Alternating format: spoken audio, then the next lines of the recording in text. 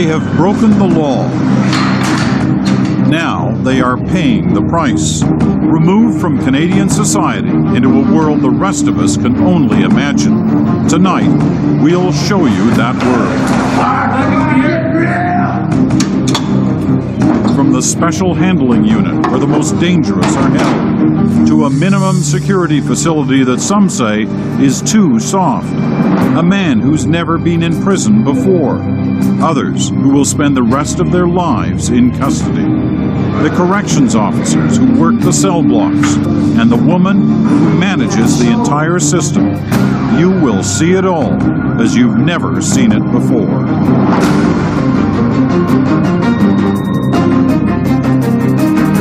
This is a CBC News Big Picture Special.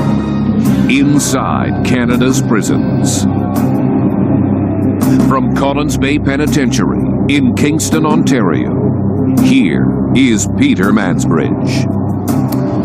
Good evening. This is Cell Block 2 at the Collins Bay Institution, one of the oldest penitentiaries in Canada. Construction started here in 1929. This is what they call a high-medium security penitentiary. It has about 200 inmates. We are using this as our base tonight for an unprecedented television program, a 3-hour examination of Canada's correctional system. Over the last few weeks, CBC News has been given remarkable access to a world few Canadians ever see and even fewer understand. We're going to show you 8 reports from inside federal institutions across this country. Together, they will weave a portrait of how Canada deals with people who break the law. There will be scenes some of you might rather not see, but it is best to remember we are trying to show you what it is really like. In another part of this institution, we have a group of men and women intimately familiar with the penal system, some with a professional interest, and also some who live here as inmates. We'll be talking to them throughout the night. We begin with some facts about our prisons. They cost us, did you know this, about $2 billion a year. But what do we get for that? Here's Brian Stewart.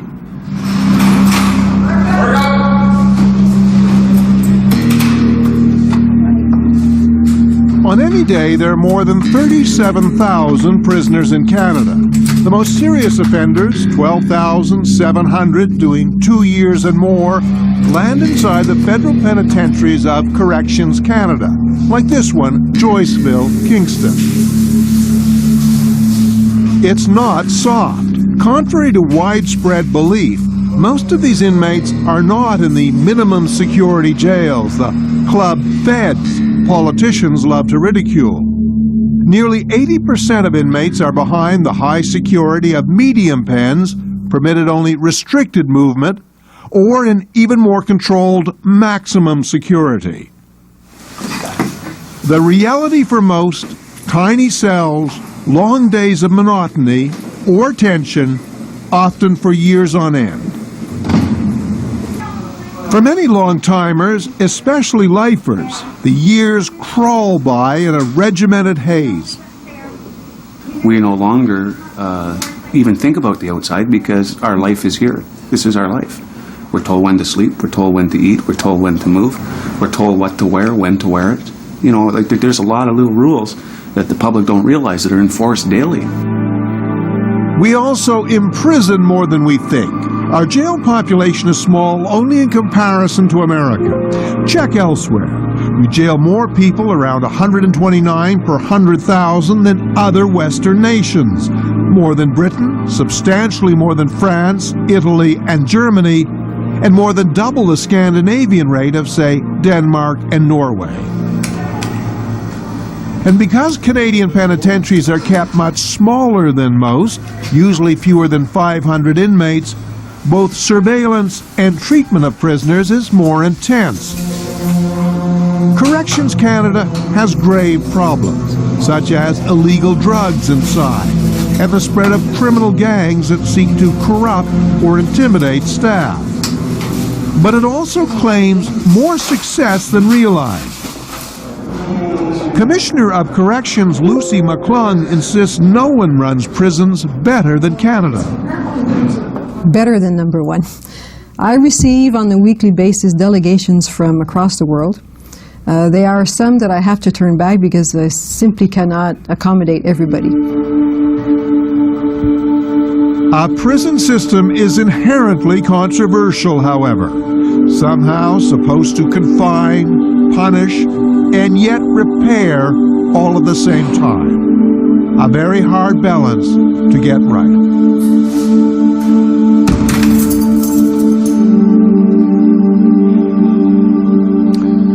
Well, we're now in the chapel of Collins Bay Penitentiary. We've assembled a group of inmates here and some correctional staff. We also have a group in the middle of it all. These are people we will turn to for expert observations.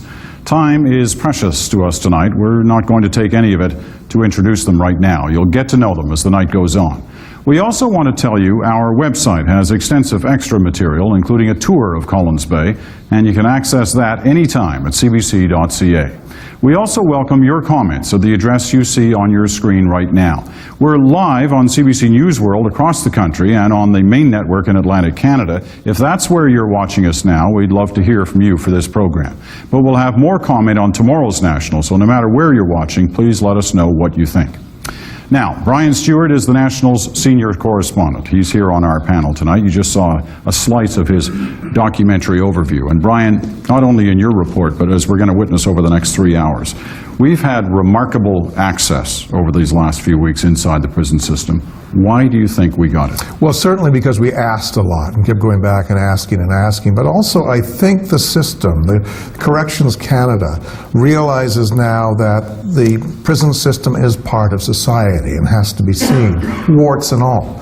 If they want to brag about what they do right, they also have to open those doors and show perhaps what they're not doing well, some of the problems they're facing. They're very anxious, I think, to give some applause to their own staff at times. They're very anxious to engage the prison system more with the community. That seems to be at least the objective.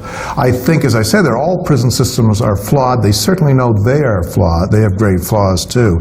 But you can't keep the doors closed, really, without your public having grave misunderstandings of the system altogether. And I think they're worried that the Canadian public really doesn't understand the correction system.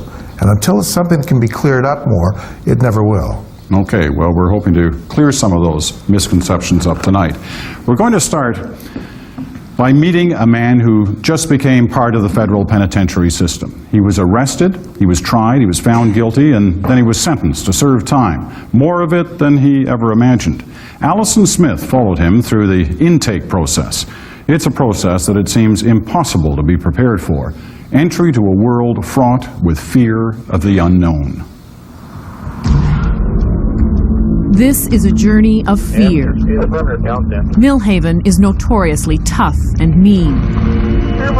Many have traveled this road. For everyone, there is a gnawing dread of what's to come.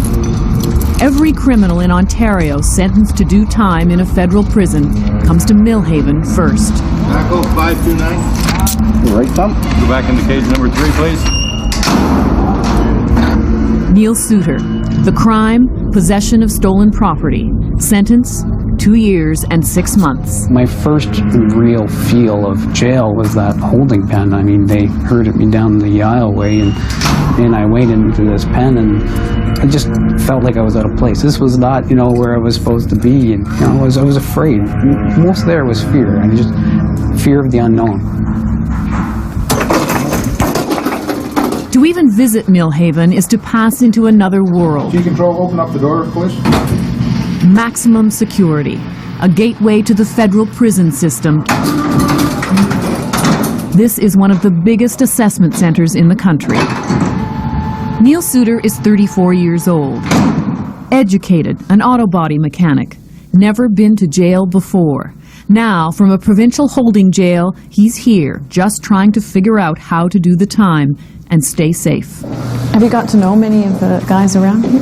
I'm not like a social butterfly or anything like that. I pick and choose who I want to associate with. How do you pick and choose? You just spend a lot of time listening. You just got to watch what you're doing, really. There are prison rules and inmate rules. The first, you do your own time. Keep your nose out of other people's business. Don't ask questions about another con's crime or time. A especially in assessment. It can take up to 3 months. Everyone's watching you. One scrap, one wrong move, and Neil could blow it. Here is where they determine where you go. If you have incidents on your record of violence or something like that, stemming from fights or whatever the case, arguments with the guards or whatever, all that goes on your record. Should your behavior deteriorate, this can be revisited. Neil is a low-risk offender. Still, his prison parole officer, Bonnie Clark, is trying to figure him out, wants to be sure. She'll recommend where he'll serve his time, the counseling he'll get. His prison fate is in her hands. I thought it was a property offense, and it being a property offense, it wasn't as serious as any other type of offense. Neil ran an auto body shop just outside London, Ontario, most of it legitimate business. But he also bought stolen vehicles, fixed them up, repainted them, changed them enough to resell them. In January, he pled guilty to 13 counts of possession of stolen property. Even so, he never thought he'd end up in jail. January 22nd, plus 10 days. Dearest Carol, it's a struggle to force myself to do the daily things of one's existence as I combat frustration and depression. The longer I persevere in this hell, it seems the harder it gets. Neil pours out his loneliness and fear in letters to his fiancée. I let my hunger pains remind me that I'm still alive. This is not a dream, but I am alone, alone, alone. Except for you, my salvation from this void. I love you and always will. Sorry, Neil. His family has never been more important to him. He worries about his 10-year-old daughter and 14-year-old stepdaughter. I didn't want them to see this part of my life. I didn't want them to look down on me. But I did want them to know what the consequences of doing something wrong is. Neil's doing everything he can to make the best of this. He got himself a jailhouse job. Can I get the movement list, please? It gets him out of his cell, looks good on his record, helps with that minimum security classification. We're cons, just like you are. Our job is to be liaison. We're between the inmates and the coppers. Just a few weeks in, he's a unit clerk doing prison orientation. Every night at 7:30, they do a stand-up count. The reason they do that now is they had a couple guys OD. They didn't know until the next morning. They were lying on their bed. They thought they were just sleeping, right? So every night now, 7:30, you got to stand up for a count. It's oppressive routine, even for meals. Tells me it's soup. Yep. The food here is very repetitive. It's the same schedule. Day in, week in, week out. It's the same thing. Salt, pepper, and what I thought originally was mayonnaise. I grabbed a package of this, and turns out that it's condoms. There aren't many left in there. No. Some people said to us, things like, you don't whistle, you don't sing, there's some words you don't use, you don't talk to the guards. Are there things like that you figured out that... The whistling one's kind of interesting. When I was in the detention center, my cellmate, he'd been through the system many times. One day I was sitting in the cell, and I whistled, right? Just about jumped down my throat, right? His explanation was whistling is for the birds. The birds are free. We're not. You don't whistle. It doesn't take long to decipher the inmate's code, but for a first-timer, still learning the rules, uncertainty feeds fear. What are you afraid of most? I was afraid of my safety, my life, I was afraid I might lose my life type thing. That sense is very real in here because you're dealing, especially in the assessment unit here, you're dealing with every walk of life criminal, right? These guys are from murderers to somebody like me. These are some of the things that were here when I arrived. Basically, they were found in the cells or in the shops. Yves Delorier is Millhaven's preventive security officer. For every weapon that ends up in his collection, he knows there are countless more. What's this? This is what we call, or the inmates refer to as a shiv. It's a brush handle. It's been melted so that a nail could be fastened to it. Wow. Yeah. Yeah, so the inmate can have that sitting in his cup on top of his shelf, and unless you pull it out and look at it, you'd never know it was a weapon. Does it get used often? Probably more than we know. Do I have one? I have my security blanket, and I usually wear it 95% of the time. And it's not a measure of anything. All right. But it could be, right? You know, it's a pen. But it could be used, right? Yeah. Yeah. Neil just can't get caught with anything more than a pen. There's too much at risk. It would go on his prison record and would hurt his overall prison assessment. Your personal emotional orientation, do you display anger, impulsive behavior? They do psychological evaluations, they do educational grading, they do substance abuse testing, and they develop a correctional plan. They develop a plan to keep you out of this place. The custody rating scale is used to assist the parole officer. Just getting through each day is one day closer to getting out of here. Not out of jail yet, but out of this place, Millhaven. Bonnie Clark, his parole officer, has completed her investigation of his case. Neil, to summarize, custody rating scale recommends minimum security. The security classification review recommends minimum security. And that's the recommendation that I will be taking to the Penn Placement Board within the next couple days. Later, Steve. Neil Suter's done what he set out to do, get out of Millhaven intact to serve his sentence in a minimum security prison. See you later, Hollywood. Yep. But this is what he'd only dreamed of. Okay, Suter, being released on bail. Here's your fax here. Bail. Just days after getting word he'd be transferred to minimum security, he's going home for a while. Jane Crosby for End Control. We're on our way up with the offender. He's appealing his sentence, and he'll be out until the appeal is heard in July. It certainly feels like spring. It'd be easier coming back because I know what to expect now. The unknown factor is no longer unknown. I'm biting. Hello. It's a sweet but bitter victory because I know I'm going to be coming back.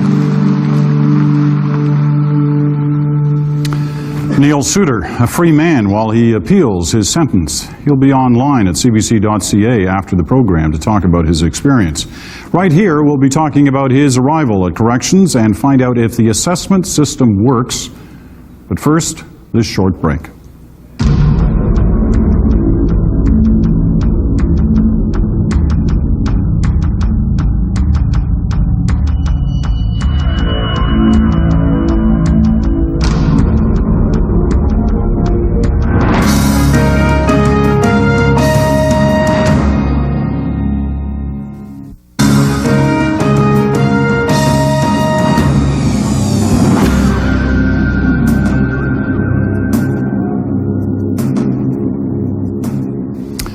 Welcome back. Time to get right to the discussion on this key issue of those first few days when an inmate arrives in a federal prison. Kevin Brown is our inmates representative here on our panel. Kevin, we heard Neil Suter talking about how scared he was in those first hours, those first days. Were you scared? I think everybody that goes down for the first time is scared. I think not knowing what's going to happen next, I think is paramount in everybody's mind. Did they prepare you for this in any way? No, not at all. When you walk through the door, it's you're herded into a cage, you're brought down to a cage, you're put in the cage, and you're left there for 22 hours a day. You're fed 3 times a day. You're not told any routine, any schedule other than your yard time. You learn as you go. Did you have any idea what it was going to be like? You must have had some impressions of what it would be like. Like most people, you know, when you're first time going down, you think of the movies. Is that's what's going to happen? I'm going to keep my back to the wall, that sort of thing. I think that it's as you go, you learn right away. There's guys there that have been there before you. A lot of them will show guys exactly what's to do and what not to do, what to say, what not to say, those sort of things. You learn as you go, and you learn quickly. Lou Kelly, corrections officer. You've been involved with this intake process, the assessment program as they come in. What's your view on this? Well, it's probably the most important piece of work that we do, in the sense that what we The goal is to develop a correctional plan. We gather up all of the information that we possibly can gather on the individual, judges' reasons for sentencing, information from the province if they've served previous time, and to identify what their program needs are so that we can develop what we call a correctional plan that will enable us to identify and provide the programs that they need. Is this before they arrive or no, after they arrive? After they arrive. So there is this sort of period, as Kevin talks about, as Neil talked about. It's a very difficult time. It's a very difficult time because there's an element of the assessment process. There's a queuing up of people coming in, and so there is a substantial amount of downtime associated with that process. All right, Randy White is an Alliance MP and a critic of the Solicitor General's Department. Is it tough enough these first few days? Well, Peter, I think we have to look at Neil's situation. It was his first conviction, perhaps, but it certainly wasn't his first time he was involved in crime. And he says he's on a journey of fear, and he fears for his safety. I'm glad he is. I hope he's so scared that he doesn't want to come back to prison. He's, as you saw, he was released fairly early, and he was just doing a little over 2 years. And I hope he gets it indelible on his mind that this is not a nice place to come from. I'm scared when I come here, and I'm going to obey the law when I get out. So are you saying you like it the way it is, or you'd like it even tougher? I think it's good that he's scared. I think it's great, and I hope Neil wants to get back out and stay out and not come back into this. All right. Well, one of the inmates in our audience wants to have a say on this. Go ahead. No disrespect, sir, but to me that's a typical Alliance approach to this situation. There's a lot of inmates in this institution here. You're talking about assessment at Millhaven that shouldn't be here. Maybe they're here because they're young. I don't know exactly how the assessment works, other than there's a lot of people in here that should be in minimums. And perhaps because you go through one intake officer there, will look at your case when it should be maybe 5 or 6 different intake officers look at one inmate's What are you case. saying? They don't know enough about you when they make the decisions? I'm saying there's not enough people looking at the individual's case. Usually it's depending on maybe 1 or 2 people. There should be a lot more people involved in this assessment over at Millhaven. Lou Kelly? Well, in fact, there are a number of people involved. It's a multidisciplinary team approach.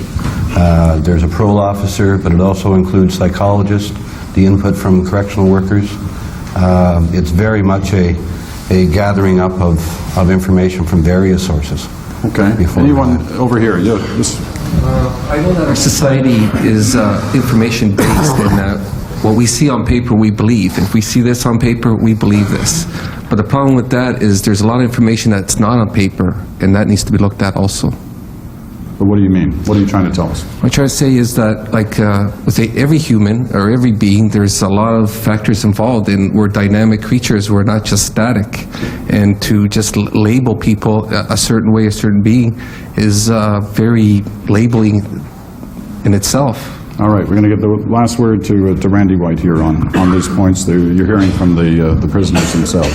Well, yeah, the individuals talking are talking about the process involved, and I can't speak for the process within the walls, but my comments are directed at Neil's situation. Neil's lucky in a way. He's got a little over 2 years to serve in a penitentiary. I hope Neil gets out and stays out. And the way to do that, if he was scared and apprehensive, which I suspect is normal, as Kevin says here, I hope he is scared enough to say, I don't want to go back to that.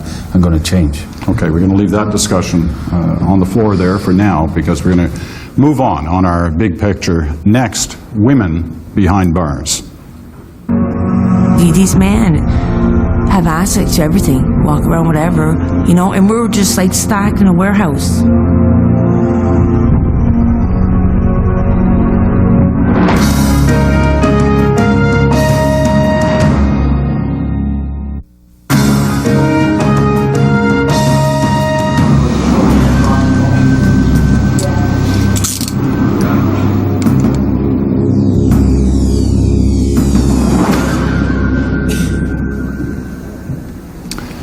Some of you may remember the unforgettable images of the end of a disturbance at P4W, the old prison for women in Kingston. That prison was shut down shortly after Canadians first saw the pictures, which left the Corrections Service trying to figure out what to do with maximum security female inmates. The solution, housing them in male institutions, has stirred white-hot controversy. Here's what Anna Maria Tremonti found at the Saskatchewan Penitentiary in Prince Albert.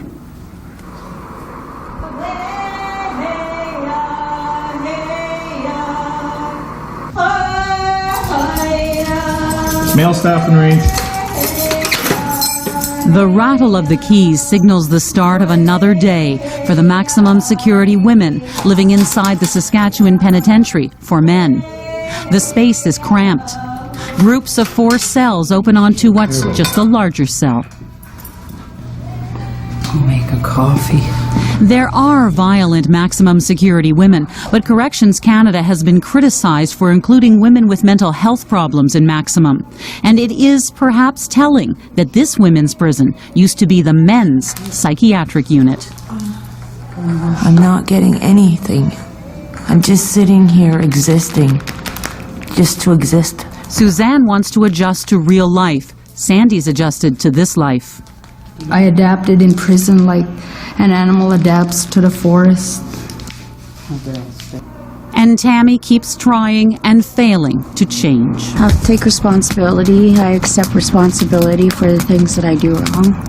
If prison is to punish and rehabilitate, the logic behind this particular prison is to buy time.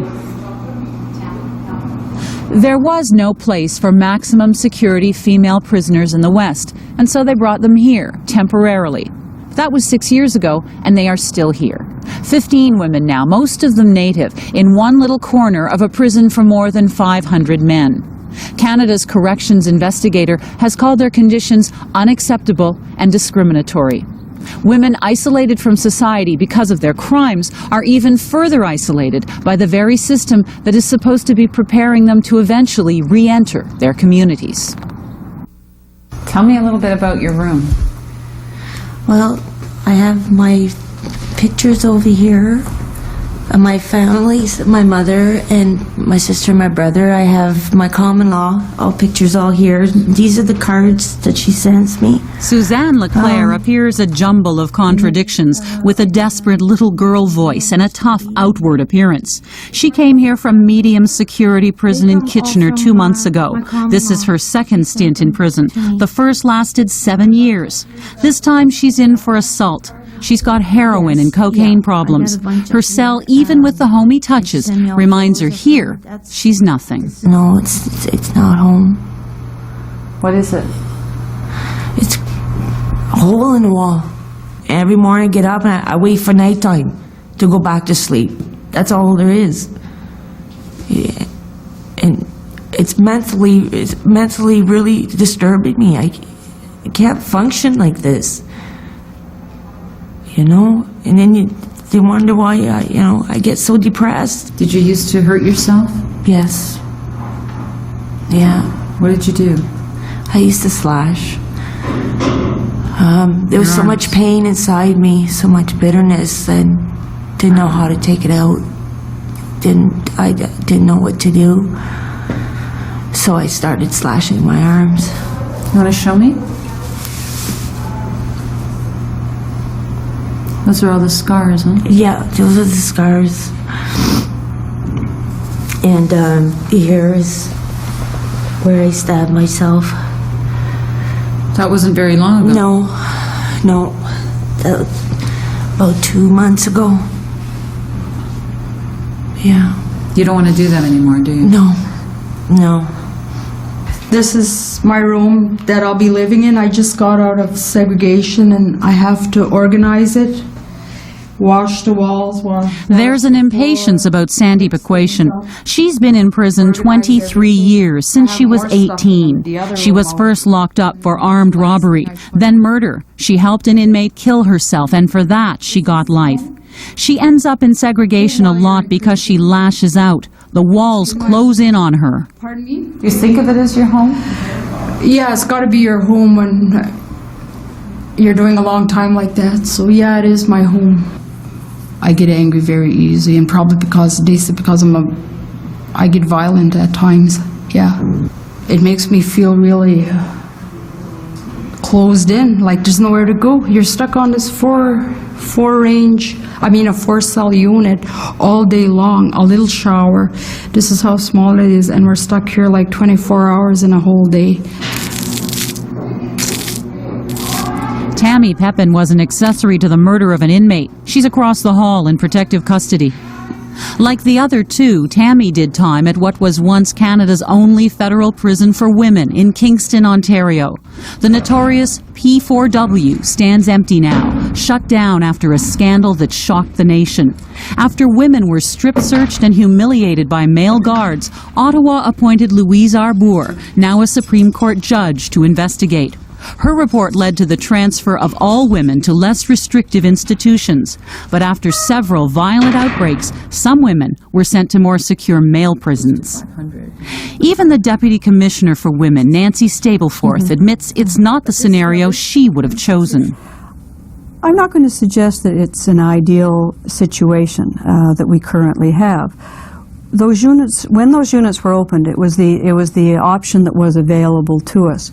We simply did not have totally in women's facilities the right type or the amount of maximum security cell space that we required to safely house the women. The warden of the Saskatchewan Penitentiary, Brenda LePage, acknowledges the dilemma of locking a small group of women into a prison made for so many men. You're having to do corrections in a very closed environment with women who have a propensity to get on each other's nerves, to be assaultive, to not cope with emotions well. So by putting them in a very restrictive, small environment, at times you exacerbate those problems. Sandy's known prison now longer than life on the outside. She experienced the brutality that forced the old prison for women in Kingston to close, but she actually preferred it there. They weren't treating us well, right? But what I'm trying to say is, yeah, I know they weren't treating us well, whatever. I'm talking about how big the prison was. We had a gym, we had all this stuff. Now, if we could just bring the prison and put it wherever and start all over again, it would probably be okay. The violence that was to be curbed by putting women in this more secure men's prison merely followed them here.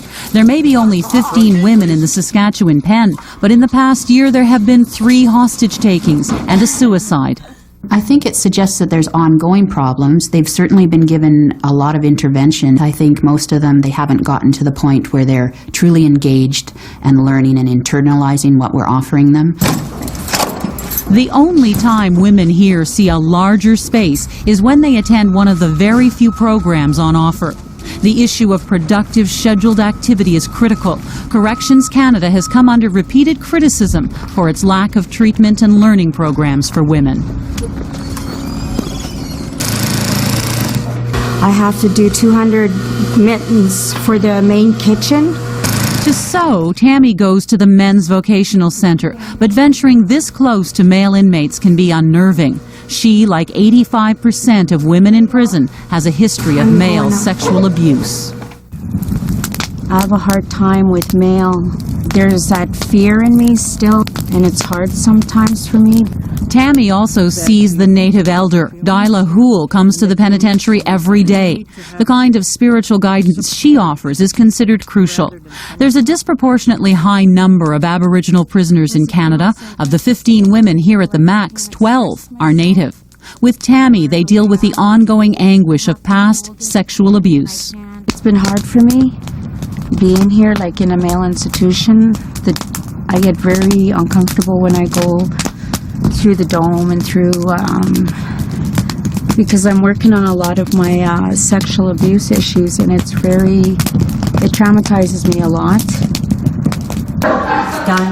Neither Suzanne nor Sandy have programs to go to. That's a problem for Suzanne. She gets out in November, and she wants individual counseling. They've each done group activities before. Now Sandy tries to control her anger on her own. She hasn't seen a counselor in a year. there's really nothing in a whole day that keeps you busy except sitting here and playing cards or it reminds me awaiting trial. This reminds me when you're waiting trial. If I don't get the help I need, I'm afraid that I will go back into the crime life. That's all I know. Nobody's teaching me any other way. To my knowledge, programming is available. Different women choose to participate in different ways, and it may certainly be the case that, that some women may feel that the interventions that they particularly want or the way they'd like it to be delivered isn't available to them. 3 times a day, inmates are warned to get to their cells to be counted. Tammy knows the drill, and today she automatically complies. She's trying to be a model prisoner. Her behavior is constantly monitored, and her only hope of getting out of maximum is to follow the rules. Lisa Barton is one of the favorite guards here. She never walks the range without being aware of the potential for trouble with a prisoner. Still, she knows some of these women will one day be on the outside, and she believes her job is to be supportive and encouraging here on the inside. I'm supposed to go to the library. I don't know what's going on. Oh, you'll probably go there. That's this afternoon? I think so, yeah. Or is it this evening? I think it's... No, I go with the teacher, I think. Oh, okay. But if not, I'll be going back to Clerk Hand. Because it's such a small unit that you're constantly interacting with them, you're constantly talking to them, and women have far more needs, and women are, this sounds really, but women sort of have to have control of their lives, and just they sometimes fight it at the wrong time and to take control, and that's where we come in and we try to empower them and give them choices to make in their lives, and it may not be 2 choices they like, but it's still choices. The prison nurse is told Suzanne has a problem. Come here, Leclerc. I can't have to lay down. The pain's severe. What's the matter, Leclerc? I get this sharp pain in here. It just started it was just mild this morning when I woke up. Suzanne appears to be in a constant state of panic. Her immediate health concerns are addressed, but her drug addiction is not. I'll get them to bring you over and I'll do an assessment. Okay. Yes, I still have cravings. What do you do? I walk around, I try to keep busy, but if there was anything in here, believe me, I'd be the first to take it. If there's anything on that table, I've asked for help, and they wouldn't give it to me, So I want to understand. You're not getting any kind of a drug treatment program? No. You're not getting any kind of psychiatric care or counseling? No. There is a group counseling session for female inmates with addictions. The women are escorted from their corner of the penitentiary to the men's area. You can see the male prisoners close by watching them. We're told the women's program began as we arrived to do our story. We're going to be spending the next about 2 months, just under 2 months, talking about drugs. Many of the women in this prison are on prescribed medication, antidepressants, relaxants. Their biggest health risks are related to their addictions, HIV, hepatitis C. What we can do is somewhat limited. We do have, extensive programs to try and deal with drug abuse and substance abuse issues in our institution. We have substance abuse programs. We do try and keep drugs and alcohol out of our facilities. Male on range. Tammy's cell is empty. She's been put in segregation. She's not a model inmate yet. Madam Justice Louise Arbour's former commission recommended segregation fall under judicial review. 73 to 71, I'm on my way off the range right now. Corrections Canada never agreed. Another reminder of just how closed in this women's unit is. Food is brought from the men's side and the women pick it up. Not everyone may consider this enclosed space to be punishment enough, but these women surely do. I try to make the best out of each day. But I don't think about tomorrow. I just live for today. I grew up in the dark side of the world. I call it dark side of the world. I don't know the bright side. you know? That's all I want. It's to be normal, to fit in society so society can accept me as I am, you know, as a person. I am, but still a person. Lock up! Some women may never know a life other than this one.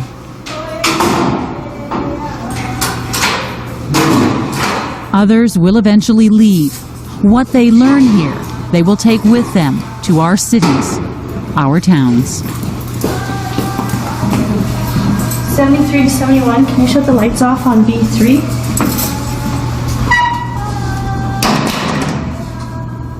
Well, we have a room full of people anxious to talk about what we've just witnessed, and we'll start right after this.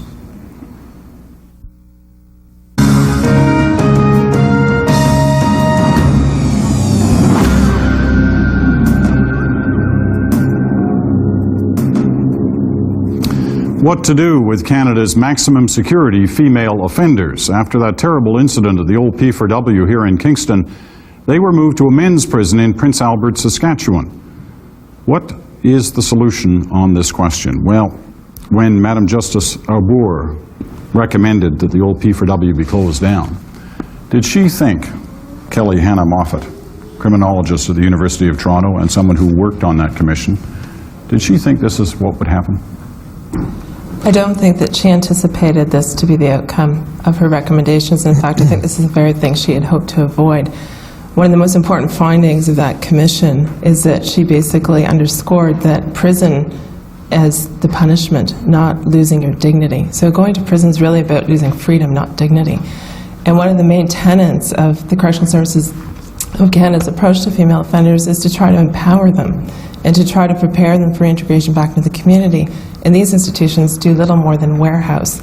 And they're an age-old solution when you don't know what to do with somebody. And it's easy, and it's inexcusable, and it needs to be addressed. It must be hard for you to watch one of those inmates suggest that she wished she was back in the old P4W. Well, it is difficult because it underscores also the issue that just because Prison for Women is closed, the problems that have historically haunted that institution are not gone. And the Prison for Women, while it had a number of deficiencies and while the Correctional Service has made a number of steps in the right direction in terms of improving conditions of confinement for women, at least maximum security women in that institution had access to programs. They had mobility. They were able to move around the institution with relative freedom. They had peers to interact with. They saw more than a box. And they didn't have the fear and threat of the environment that they currently live in, where they're surrounded by a male population. Kim Pate is with the Elizabeth Fry Society of Canada. What's your feeling about this? I think this really, for us, typifies what's wrong with what's happened. We've had, in many respects, a couple of steps forward and some steps back for women prisoners in this country. We're really back to the turn of the century, having women in men's prisons. And I think it speaks to the issues that were raised in the previous documentary as well. We know that when there are other options, they are used for women. In this region, for instance, in the Ontario region, there are no maximum security beds. There were supposed to be 34, but a court action stopped that. In places where there are maximum security beds, women are classified as maximum security, and disproportionately it's women of color, racialized women, it's women with mental and cognitive disabilities, and that's who we're seeing ending up in max units, and mostly because they're hard to manage. And we don't dispute that. Women who are emotional, women who slash, women who try to kill themselves are hard to manage. And we know the history is that first they'll often act out against themselves. Then, when no other intervention happens, they start to act out against each other, and then eventually against staff. And that's exactly what we've seen at Saskatchewan Penitentiary. Well, let's ask Lynn Myers, who's the Parliamentary Secretary to the Solicitor General. Why are we in this situation 6 years after the close of the P4W? Peter, I think it's fair to say that people talked for many decades about closing P4W. We actually, as a government, did it. Having said that, I want to point out that places like Grand Valley, for example, in Kitchener, Ontario, are looking at annex facilities for maximum for women. Those places are models in terms of what we can do in a good, constructive way. But it's 6 years. It's an awfully long time. I know, we can't excuse that. We have to say, we have to move on, and we have to do the right thing as soon as we can. But what's the plan? Is there a plan now? Yes. What can you say to those women about when they'll be leaving Prince Albert? Well, I can't give definitive times, but what I can say is that we are in the process of putting those kinds of facilities in place. Because, as has been pointed out, there's a lot of issues of self-esteem, there's a lot of substance abuse programs that need to be in place, psychological programs and other things. These are important things that we as Corrections Canada, and more to the point the government, are prepared to do, and we have to do it. Okay, a brief comment from one of the corrections officers here in the audience. Oh, yes, Peter. My name is Roy Tremblay. I'm a CO2 officer at Joyceville Institution.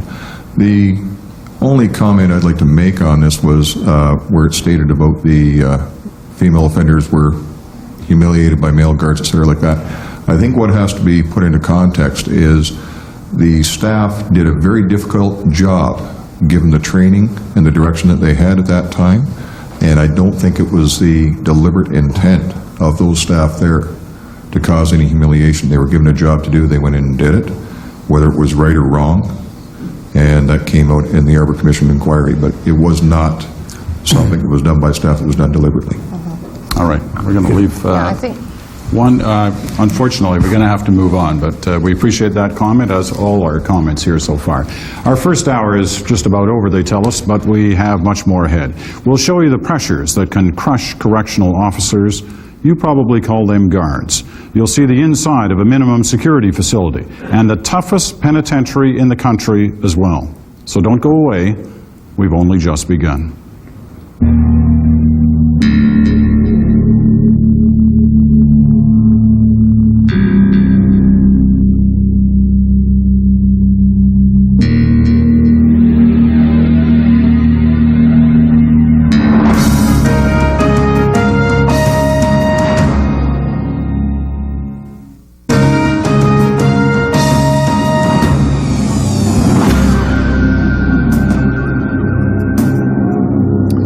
Again, and welcome back to our second hour from Collins Bay. We're ready now to move to our next report.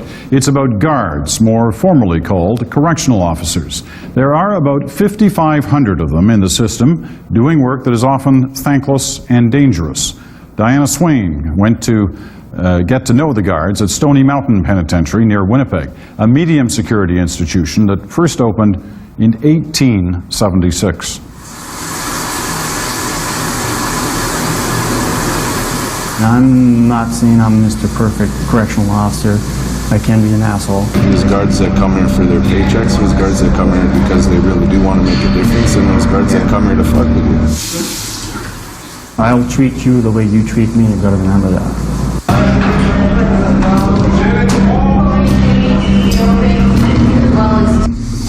We tell them when to eat. We tell them when to go to bed. We tell them when to lock up. We tell them where to go. And that's not something that's easy for them.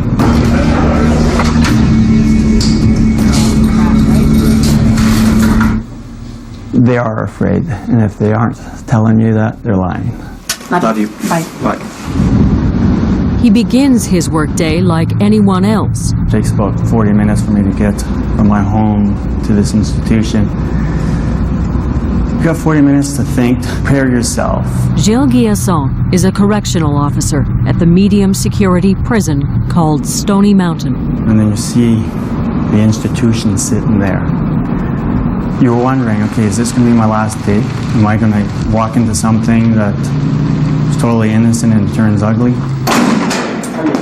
We found a shiv. What else did we find? Hacksaw blade. Hacksaw blade. Break it off, attach it onto a stick. You want to get it. You think about those things. What greets Guillasson today is a full lockdown. Tell them open 14! Officers are searching every inmate, every cell. Some billiard balls have gone missing from the rec hall. A knife has been smuggled out of the kitchen, hidden somewhere by the inmates. Officers believe rival gangs are preparing for battle. Every crack in this aging institution is being checked. Sometimes what they do is there's a hole, they'll fill it up with toothpaste, paint over it, and you would never know it was even there. So that's why you gotta check every nook and cranny just to make sure there's nothing, no little secret compartments. The officers know anything they miss could just as easily be used against them. And it was located up in the light fixture.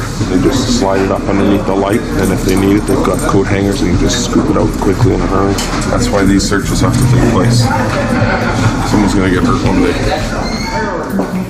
Lockdowns like this don't happen very often. The last one here was a year ago. But sometimes when you change the strict routine of this place, it can actually serve to heighten tensions. That's something the correctional officers have to be keenly aware of, because they're outnumbered by the inmates 10 to 1. In just a few hours, officers have collected a stash of homemade weapons. Metal, wood, and glass fashioned into shivs or shanks. Sometimes you're surprised what you find. They're ingenious on what they come up with. They're makeshift, but close at hand.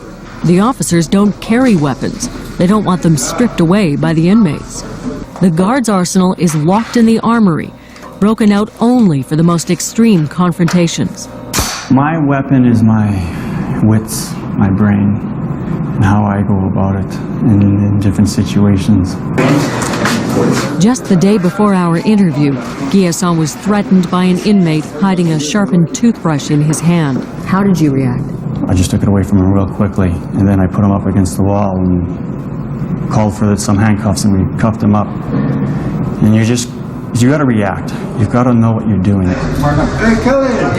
It was overwhelming at first, and my mom was devastated that I was going to, get killed, and horrible things were going to happen to me, and I'm a woman. Kelly Boyle is a newcomer, just a year on the job.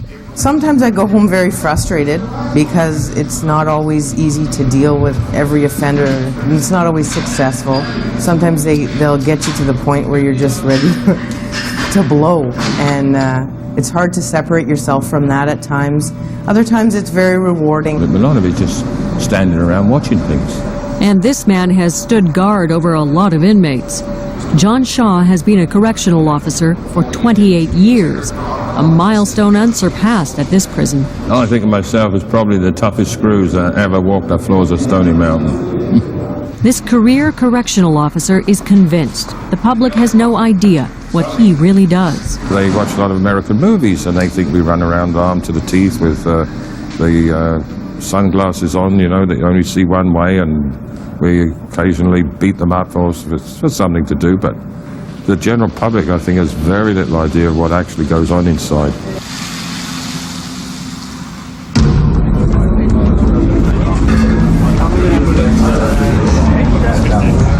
Day 2 of the lockdown. On the day shift, the lockdown and the searching continues. Guards get updated at their morning briefing.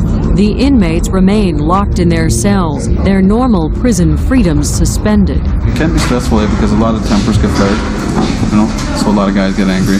They don't like it. The bottom line is they don't like it. And sometimes it'd be like police coming into your house and tearing everything apart and saying, okay, put everything back and just move on. Fucking stepping over my bed, those fucking pigs. I could go fucking step on their bed, fuck.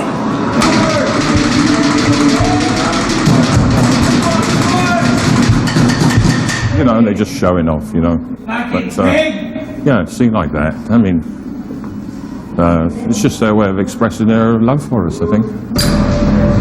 Shaw's heard it all before. And since he started, he's seen a big change in the relationship between guards and inmates. If there was any problems with inmates and inmate and the staff went at it, well, they just sort of duked it out, and in the morning, the inmates would have a black eye and the staff would have a black eye, and that was the end of that. And I wake up, my knife is gone. Correctional officers will tell you their job has evolved. No longer simply the key holders, officers now play an active role in rehabilitation through counseling and one-on-one casework. Holy, that is really good. They should all be given a chance. Everyone should be given a chance. But prison life has evolved too, with new threats. Wires, hook onto a needle. Tattooing. This tattoo needle may seem harmless, but it can transmit potentially fatal diseases from one inmate to another, or to an unsuspecting guard. I felt something jab me. I looked down, I saw a little bit of blood, and I opened up the bag, and I saw a needle. 4 years ago, Guillason's hand was punctured by a needle seized from an inmate's cell. It sent him on a year-long odyssey of prescription drugs, tests, and a gnawing fear he would contract HIV. First month was hell. Thinking, am I going to infect my wife? Am I going to infect my kids? The tests have always come back negative. And yet what was a terrifying experience is what Guillasson says motivates him to stay. Well, was another fellow officer gets stabbed with a needle, and he goes through the same thing that I went through. Who's going to be there for him? Who's going to be able to help him out? If I'm able to give that back to somebody, then yeah, it's worth being here. Being there can also mean protecting your fellow officer. Because when violence erupts here, it can be deadly.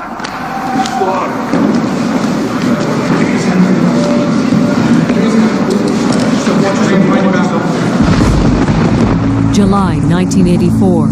Some inmates seized control, killing 2 guards by stabbing them with a pair of scissors during a botched hostage-taking. That night, John Shaw found himself with a shotgun in his hands, watching the life drain from a fellow officer. A trail of blood across the floor, about 1.5 feet wide and about 1/4 inch thick. Fire! History has proved the need for the shooting range. Every officer practices the skill of deadly force and hopes they'll never have to use it. Pray that we don't have to go through it. Understanding that what comes after it is pretty traumatic, so I wouldn't want to go through it. You've been threatened. You've been stuck with a needle. You've had to be tested for HIV.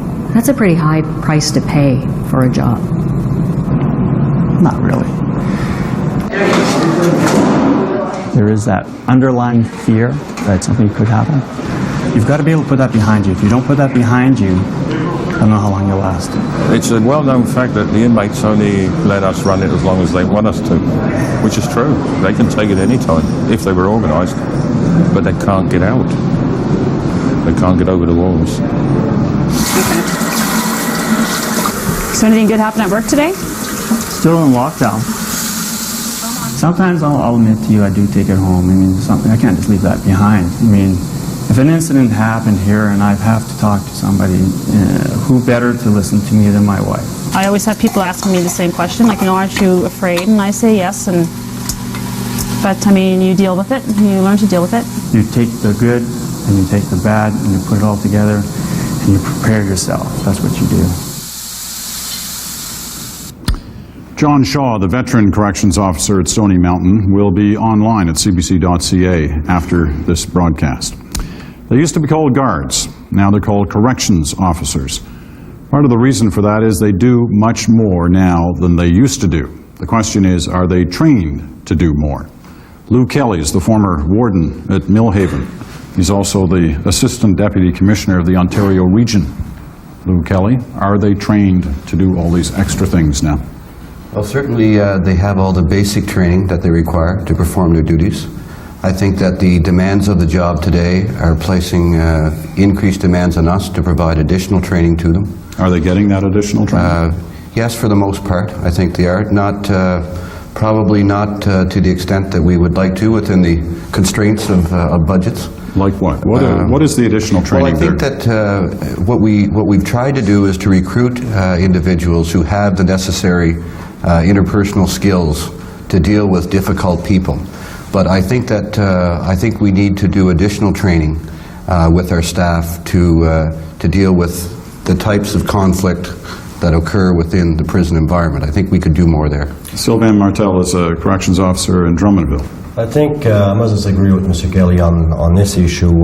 The officer receiving the basic training at core training at the academy, and for the most part the only training they will receive is probably weapons, CPR, first aid, which is strictly basic. In order to deal with the situation we are dealing with, the population has changed over the years. The officers are not equipped to deal with those situations. And it's exactly why, about 3 weeks ago, the formed their own union is to address those concerns for health and safety to management. That management was not listening in the past. When I mean health and safety, I'm talking about exactly what the officers went through here. He was poked with a needle. If it was HIV, what happens to him after? What's happened to him, to his family? What's happening to his co-worker, to his people around him? And that is why that UCOSAC CSN wants to get on with correction in order to find a solution, to get training on this issue. It's not only that, you also have critical incident after a riot. Let's say that an officer's been taken hostage and he can no longer work in a correctional facility. What are we going to do with this officer? Well, from what I've seen, has been discarded like rags. Todd Sloan is a member of the Corrections Investigation Staff, which is kind of like an ombudsman service. It's not, it's funded by Ottawa, but it's not tied to Corrections Canada. You get a lot of concerns about guards, from inmates, about the way guards operate.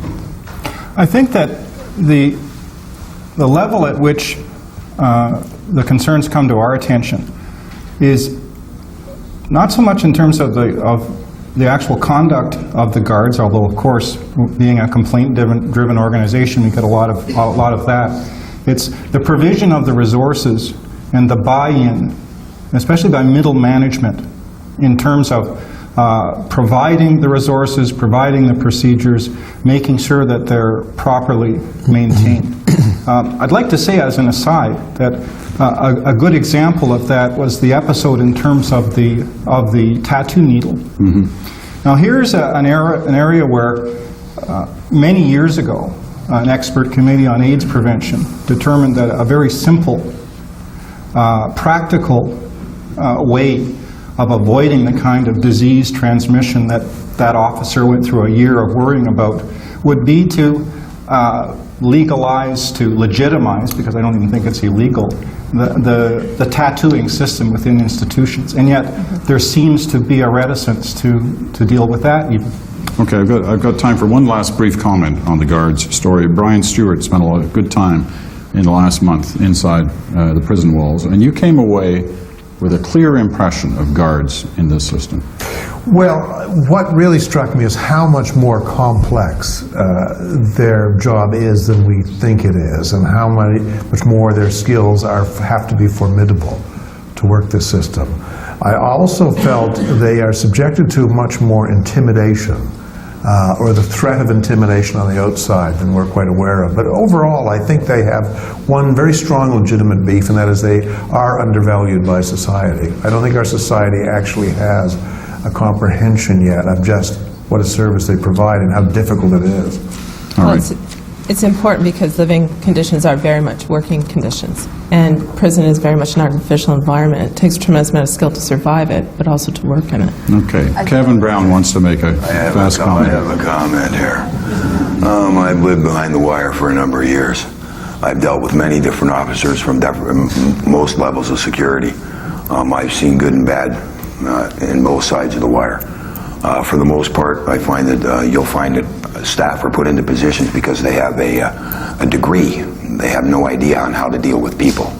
I've seen officers that are 1 minute on the line turning a key, the next minute they're doing casework, that with no training at all. The guards, I know they have a function and they have to be there.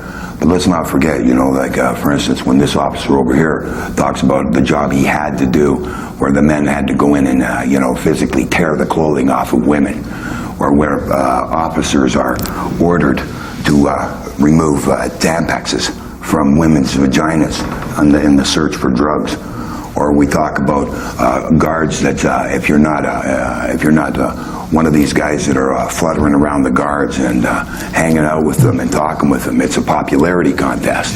The next thing you have to do is, if you're not kissing up over here, somebody's writing a report which goes to somebody else. Okay, but what's your point? You know, as you're going. What's your point? My point is, you know, with guards, they're human beings in terms of the sense that they can be angry with you, they can do things, you'd be surprised what can be going on between guards and so on and so forth in terms of how they deal with us and how we are treated. They may say the same thing about you, right? Yeah, that's very true, but you know, it's a funny thing though, that it seems like it's always the inmate. It's never the guard. It's always the inmate. Okay, we got to leave it there because we've got to move on. We've got other territory to cover. We'll be right back on this CBC News Big Picture special. We're going to meet men who have been sentenced to life in prison.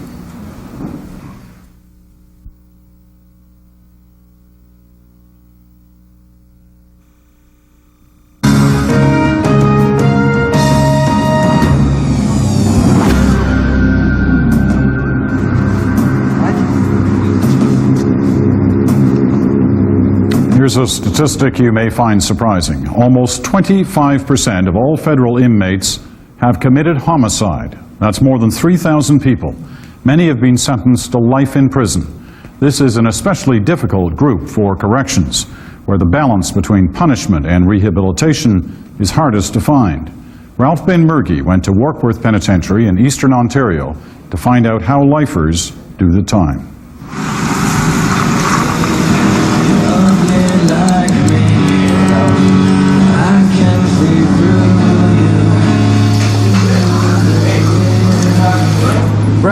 Breakfast. This is Warkworth, a medium security institution. In Max, you spend most of your time in lockup.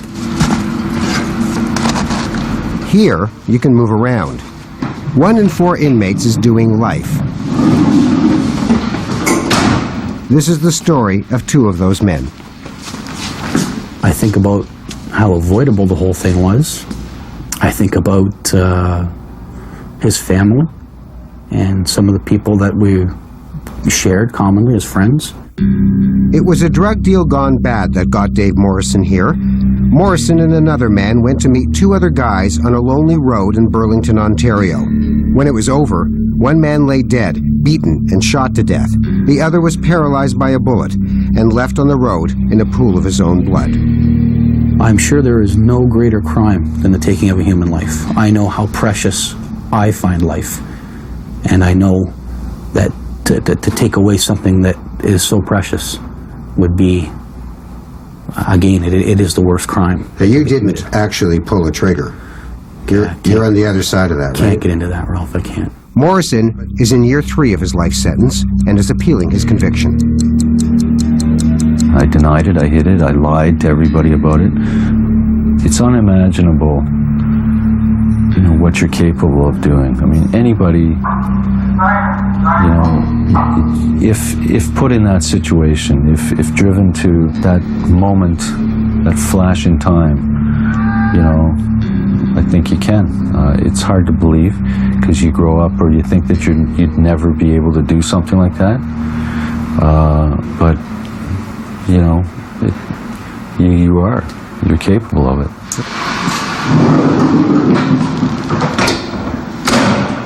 It took Wade more than 10 years in prison to admit that he had in fact murdered his victim. At the age of 38, Wade's an old-timer in the lifers community at Warkworth. He's over the hump, as he says, in the 13th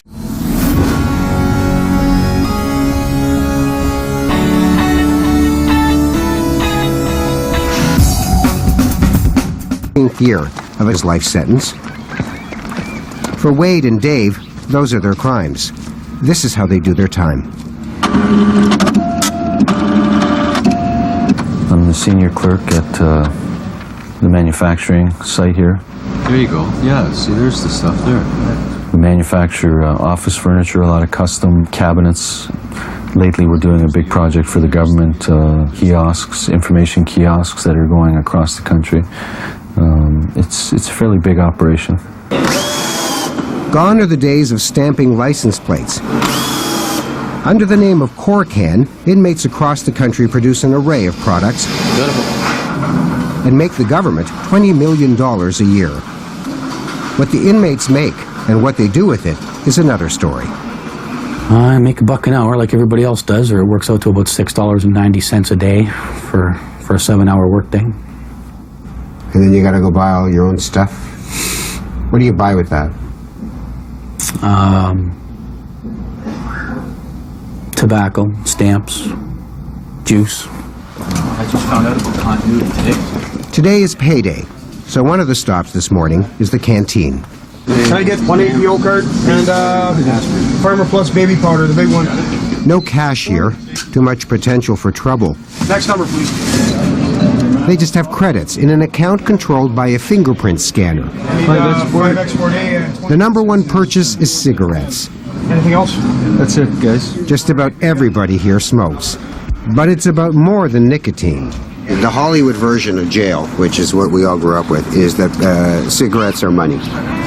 That if you want something, you say, I'll give you so many cigarettes for that. Is that one of the truer or non-truer expressions of a cigarettes? Tobacco is the vehicle of commerce, I guess, in any institution. Yeah. Having a smoke is a small pleasure. If there's some freedom, it's tempered. You don't work, you stay in your cell. Count up, close your doors, stand up, count time. Just before noon, another lockup. Everybody is counted. 15. After the lockup, lunchtime. On the menu, submarine sandwiches. For most, one of the better meals. If you don't like it, go shop at the canteen. Okay, so you're starting to see how it's all calculated. Like the rest of us, you finish a hard day's work and you head home. Except here, they check to make sure you actually arrive. A quick check of the in-house cable to see what's for dinner. Yeah, I'm going to skip the deep fried fish and the roasted potatoes. Dave takes a pass on tonight's meal. He usually does. Time to improvise. The boys grab what they can. Onions and peppers from Dave's pal Terry. He grows them in the prison garden. Beats salt getting there. Their food, made their way. All right, boys, we don't stand on tradition here. My hands are clean. Dinner is served. Well, we lack in table manners, we make up for in culinary skills, right? After dinner, you've got choices. Back to your cell, out in the yard, or wreck up.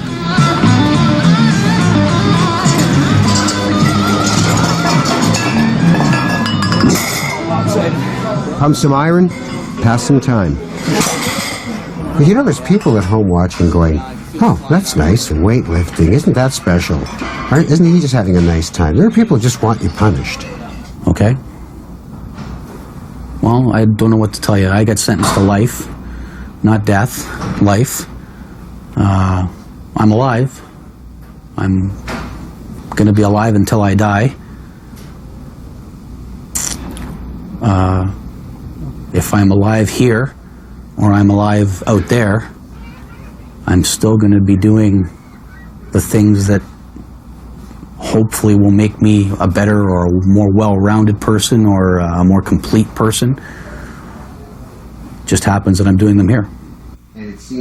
Pretty much every night, Dave and Wade go to the Lifers Group office.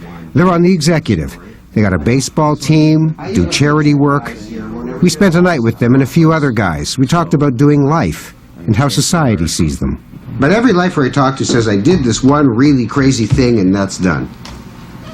That's probably true in a lot of cases, too. Vast majority of it is true. That is the case.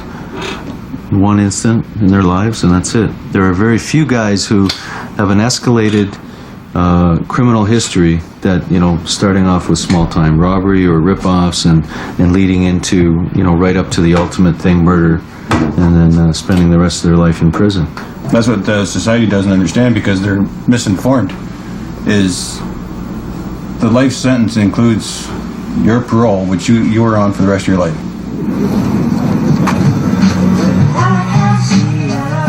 Nobody, I don't care who it is, can go through something like this and say that they weren't affected by it. See you guys in the morning. And, you know, be remorseful, whether they admit it or not. When they're alone with themselves, they can't understand it themselves. And it's a life-altering experience. You're not the same person the moment after it happens. And from then on, you either, you know, you can either become worse or Oh, but you could become worse, or you could decide, you know, that wasn't so bad. Some people do. Some people do. And yeah. Well, how are we supposed to know which one of you is the guy who doesn't think it was so bad?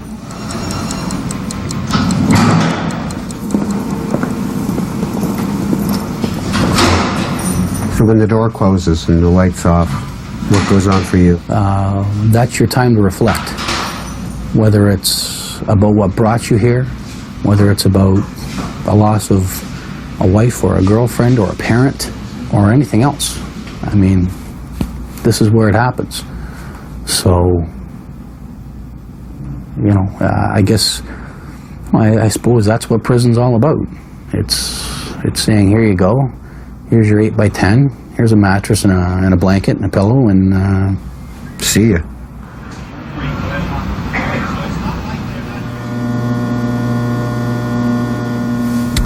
Now, I'd venture a guess that Ralph is right. A lot of you are probably saying, hard time? Is that hard time? Steve Sullivan is with the Canadian Resource Centre for Victims of Crime. What do you think of that? Is that hard time for a lifer?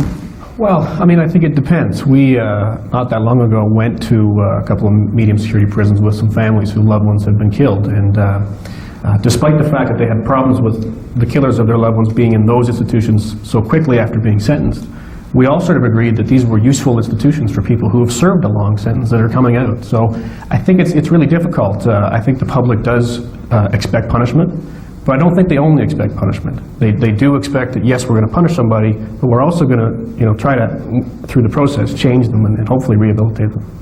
Randy White, what do you make of this? Well, I think, Peter, there's an expectation of society that life means a certain number of years, parole eligibility notwithstanding, and certainly among victims of crime there is an expectation that life means a long period of time.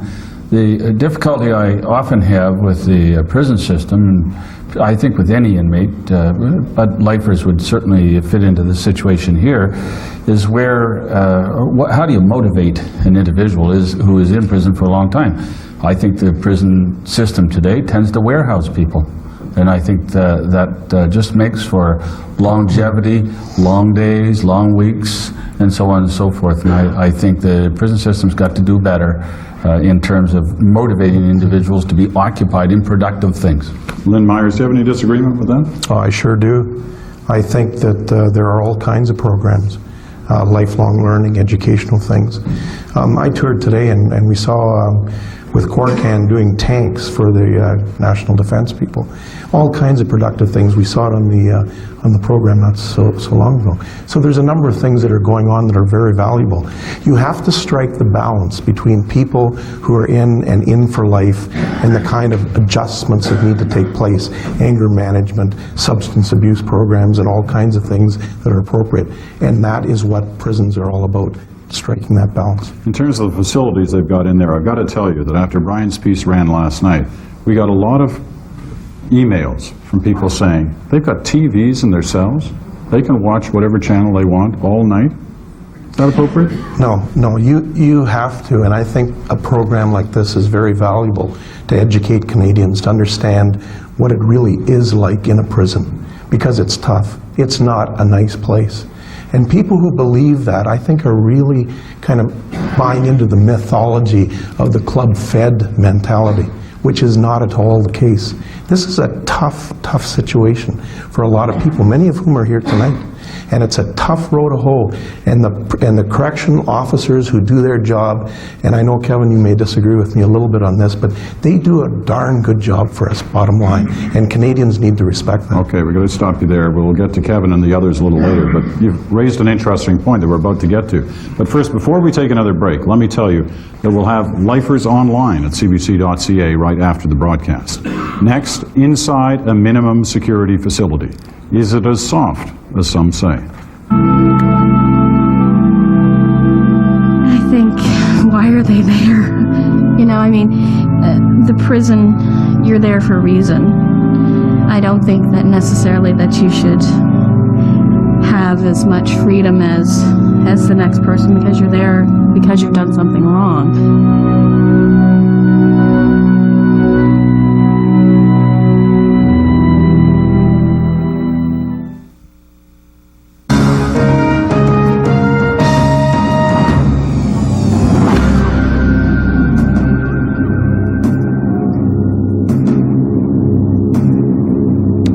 When critics line up against the Correctional Service, one of their favorite targets, and you heard Lynn Myers mention it just before the break, is the so-called club feds.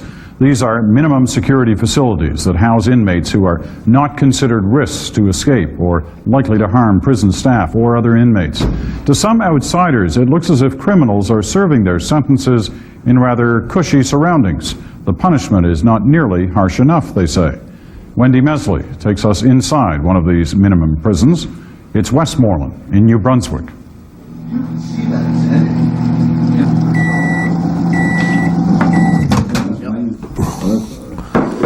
Lots of it here, boys, if you want some. How's meatloaf, Mike? Good. Mike Newman lives in a house with 5 other inmates. Roy get home? No, Roy's not home yet. No? Jim's in here for murdering his wife. Paul's in for assault and having a restricted weapon. Sandy's in for impaired driving.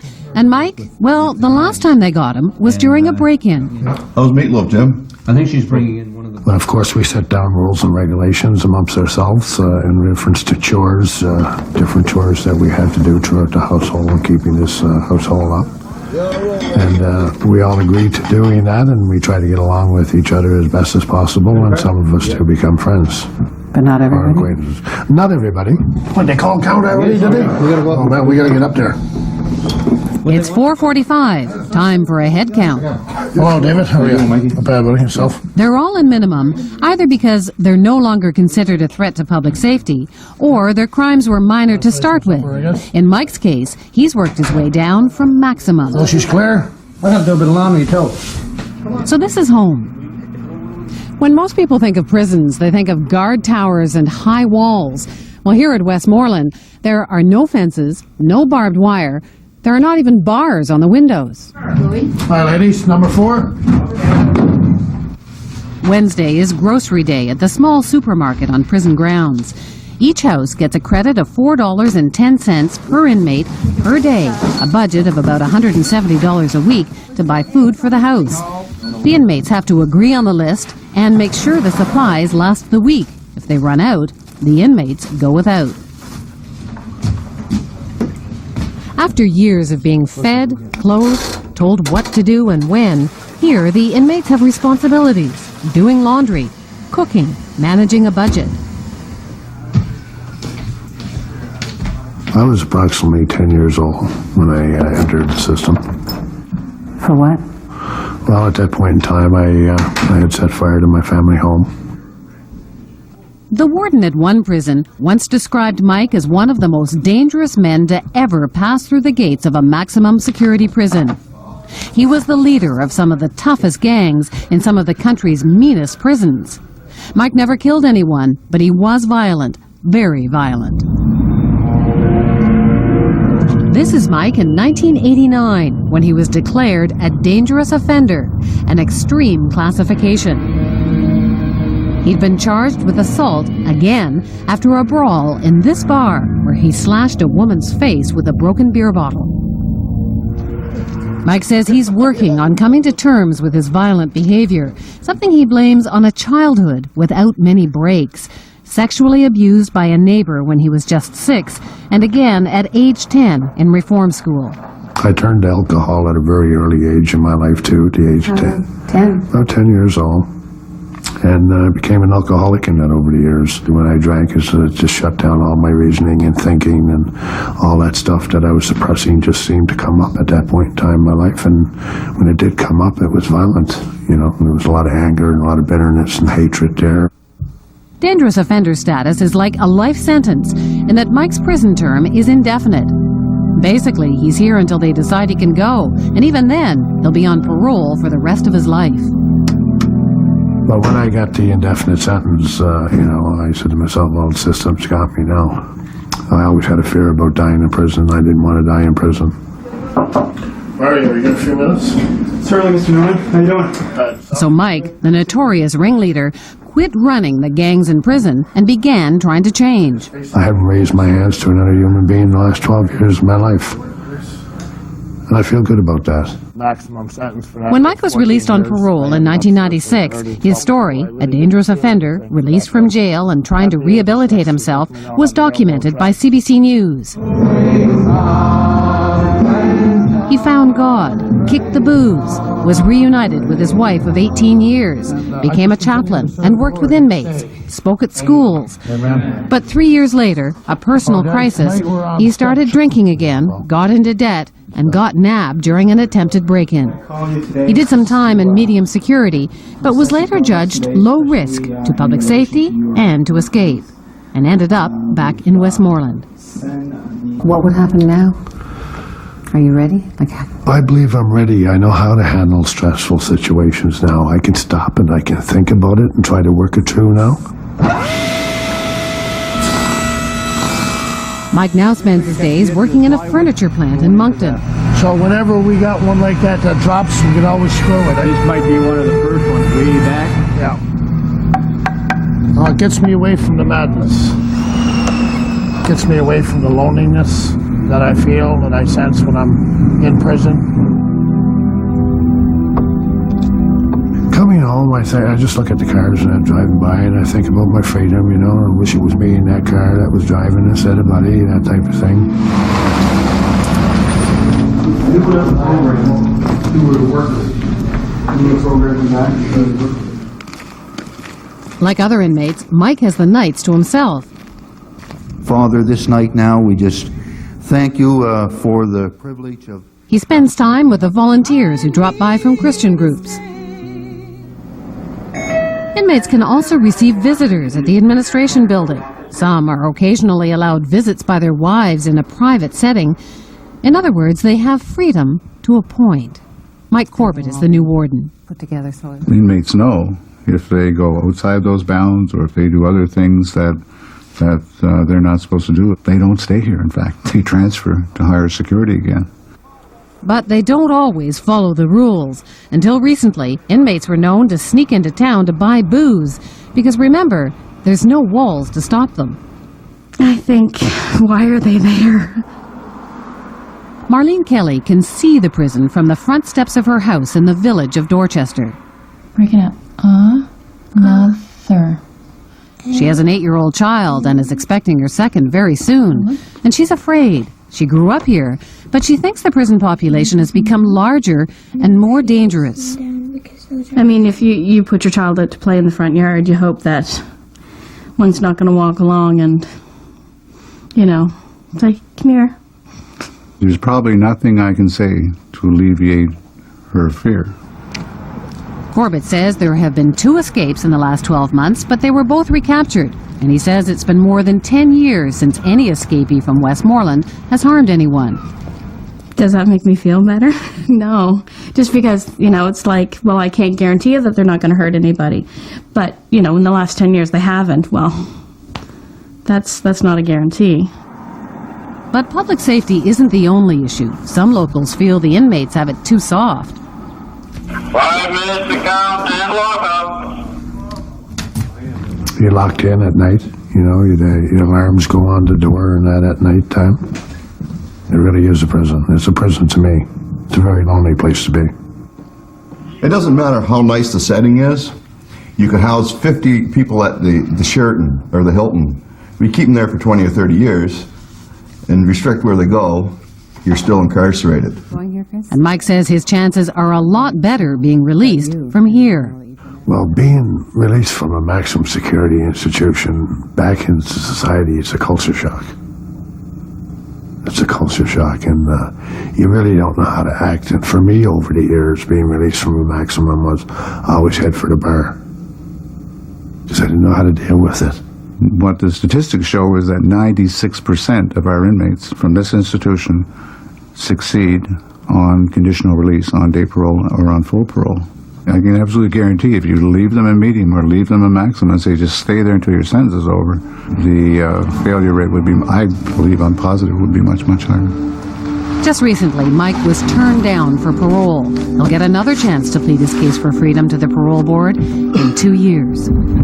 I was just watching these people drive by and just wish that I had my freedom myself.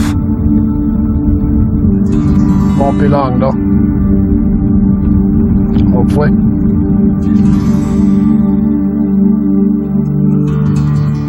All right, Club Feds. We'll be right back to get reaction to that piece. Don't go away.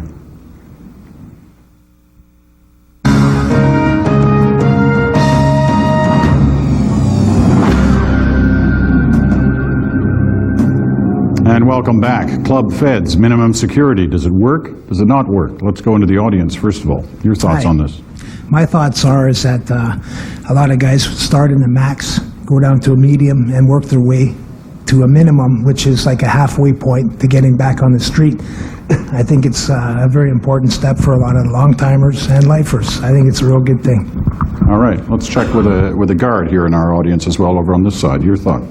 Well, I've worked in Collins Bay Pen. I've worked at Pittsburgh, which was a minimum for a short period of time. I'm now at Joyceville. And correctional officers work with the inmates when they apply to go to camp. And what I find is, if you imagine yourself in university or you have a job and you have a goal, I don't think there's any inmate in here that can't say that his goal is to get to camp. And I think that carrot that's in front of them is very important. And as your program has pointed out, it's a key to giving them an opportunity to have success. All right, Kim Pate, your thought. The reality is it's a step into the community, and no matter what people say, people are coming back into the community. And so the best way to integrate people is to have them cascade through. We know that. The successes are there. They've been talked about. And we know also that the more brutalizing an environment you put people in, the more likely you'll replicate that. And it's part of why our organization, for instance, is really concerned that when we look at women prisoners, for example, over half of them, as the correctional investigators recently pointed out, are minimum security. And with the exception of a 13-bed house that's slated for closure here in Kingston, there are no minimum security facilities. So we have huge issues in terms of the lack of community release opportunities for women and the importance of preserving those that exist for men, but also developing particular approaches for women prisoners.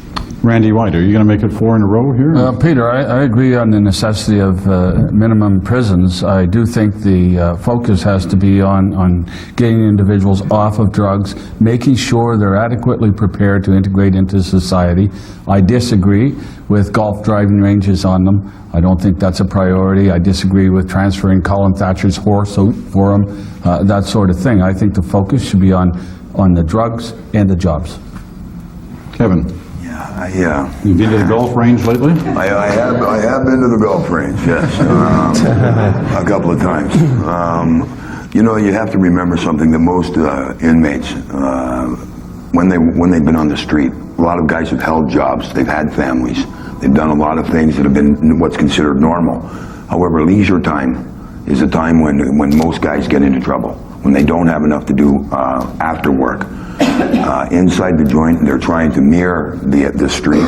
That's why they have things like golf courses, and there are mini putts and things like that the inmates build with their own money, their own time, their own effort, as a way to try to make things better for themselves.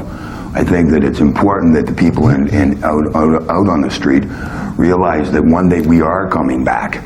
We are coming out there, and would you rather see us go from a place like J Unit with the bucket of knives right back to living next door to you, or would you rather see us coming out slowly, gradually, losing all that armor, losing all the weapons, and coming back to you as normal Canadian citizens?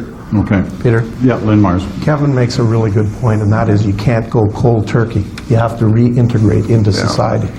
And you know, the golf course at Ferndale, let me tell you about the golf course there. Well, you have to tell me briefly. It was built by inmates. It's used on the weekends only by inmates. The rest of the time it's used by big brothers and people in the community. The mayor of Mission, British Columbia, thinks it's a wonderful idea. Kevin knows that, and people should understand that these are the things that are important to reintegrate. I want one brief comment. A sentence or two right here. Yes, okay. I'd just like to say that I've never met, I'm a volunteer at Pittsburgh Minimum Security. I've never met anyone that said that they thought it was a good place to be. I've had guys that have walked away literally the night after, and I don't know why anyone would do that. It's a privilege to be there, but... Okay. I got to thank you for that. Okay? A reminder again of value-added material at cbc.ca. If you are interested in minimum security, there's a full interview with one of the inmates you met in Wendy's documentary. You learn right away. There's guys there that have been there before you. A lot of them will show guys exactly what's to do and what not to do, what to say, what not to say. Those sort of things you learn as you go, and you learn quickly. These institutions do little more than warehouse, and they're an age-old solution when you don't know what to do with somebody. The public does expect punishment, but I don't think they only expect punishment. They do expect that, yes, we're going to punish somebody, but we're also going to, try to, through the process, change them and hopefully rehabilitate them.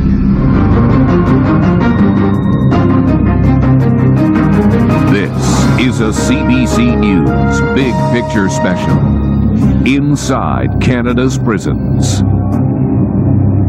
From Collins Bay Penitentiary in Kingston, Ontario, here is Peter Mansbridge. Well, we're back now in the chapel of Collins Bay Penitentiary. We've gathered an audience here of inmates and prison staff. At the front of the room, we have a group familiar with prison issues. We'll introduce them to you as the rest of this hour unfolds. First, though, we want to show you two more of our documentaries. Both of them deal with the most dangerous inmates in the federal system. First, Mark Kelly went to Laval, Quebec, to report on biker gang members at the Leclerc Institution. Their bikes are as brash as their reputation. They sell drugs. They kill with knives and bombs. Sometimes the target is rival gangs. Sometimes it's law enforcement officers. Sometimes their own people. And sometimes the Hells Angels are caught and convicted of their crimes.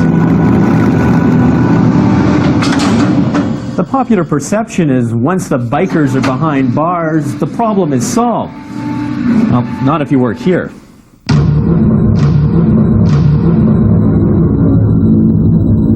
This is the Leclerc Institution, and these days it's the home of the Hells. Consider this. In the Hells hierarchy, the guys at the top of the gang, the baddest of the bad, they're known as the full patch, and they're a select few, only about 28 in the entire province of Quebec. 14 of them are right here. So are another 50 prospects or junior members.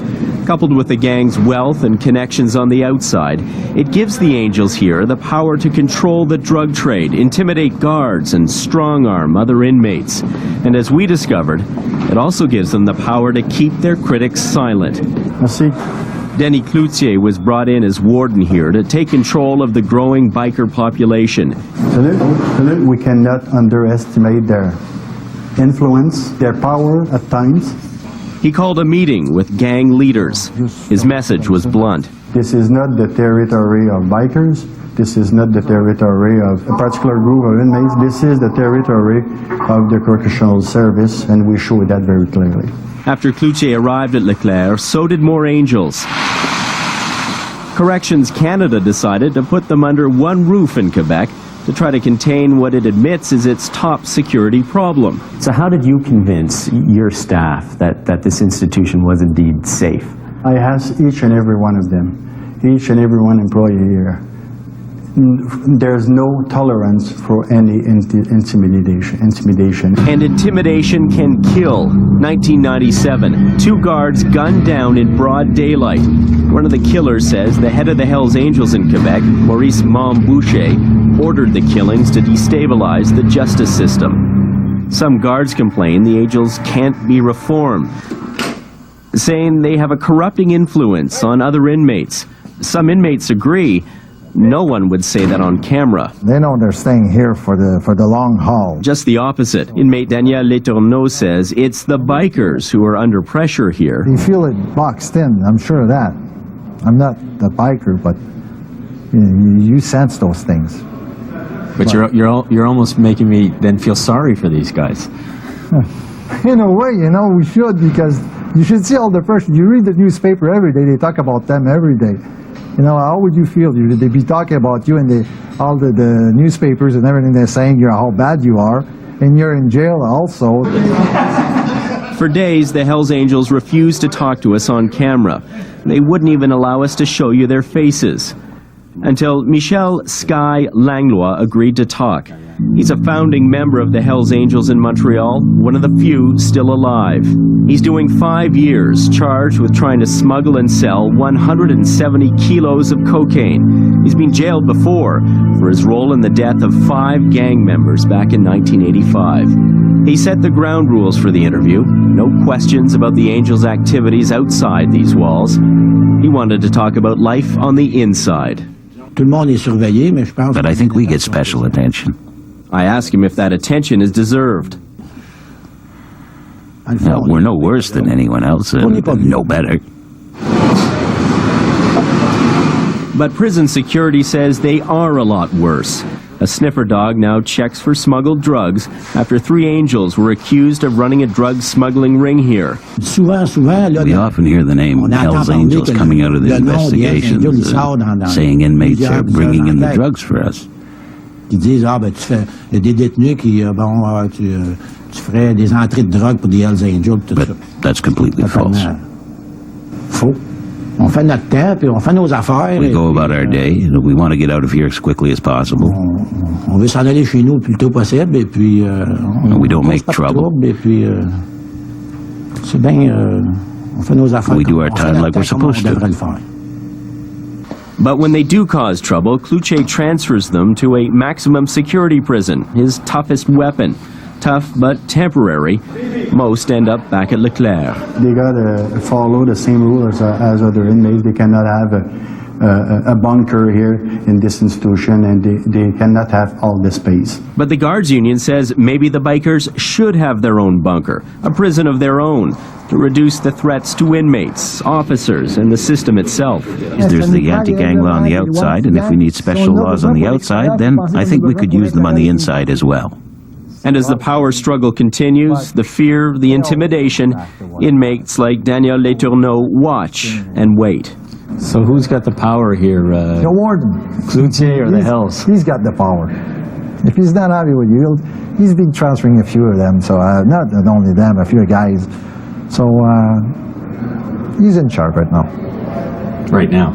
But, no, let's wait and see. Sky Langlois expects he'll be out of jail in a year, maybe two. He says time is on his side. That and the Angels' power of persuasion. I think they'd have to learn to get to know them. If they knew them a little better, they'd be a lot less scared.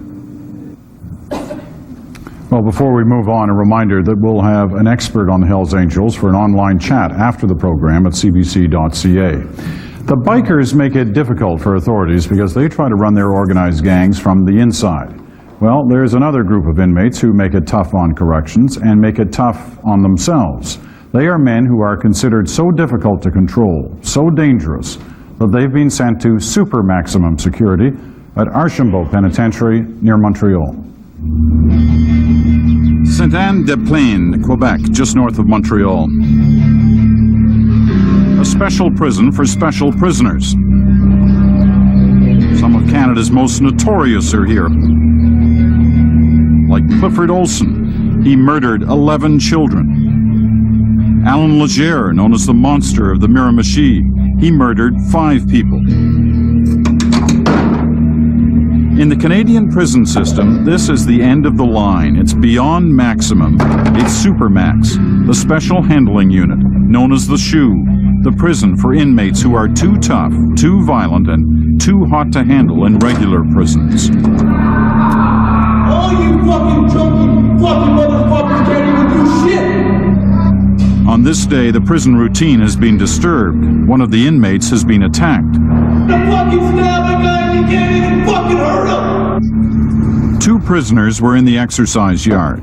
Quebec provincial police have been called in to investigate.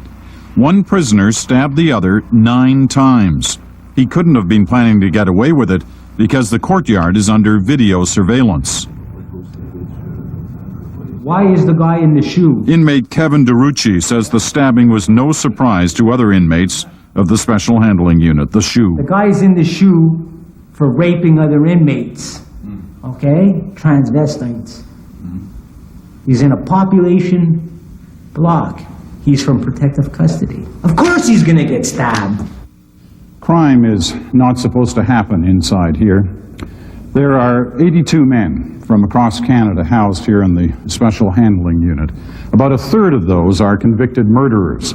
But they're not here because of the murders they committed. They're here because they either attacked another inmate, they attacked a guard, or they tried to escape from a regular prison. Except for the time they spend alone in their cells, they are watched all the time, in their cell blocks or by security cameras monitoring the common rooms where they can meet for a short period of time each day with up to 8 other inmates. In the Canadian prison system, this is as tough as security gets. The question is it too tough? Cameras see and record everything. The flashing yellow boxes draw the guards' attention to movement. Armed guards watch the men in the rooms. If there is a disturbance, they yell a warning. Then, fire a warning shot or drop in a canister of gas. There are reinforcements in the central control room. where all the doors can be locked by remote control and every public area can be seen directly. It's kept dark so the guards can see out, but the prisoners can't see in.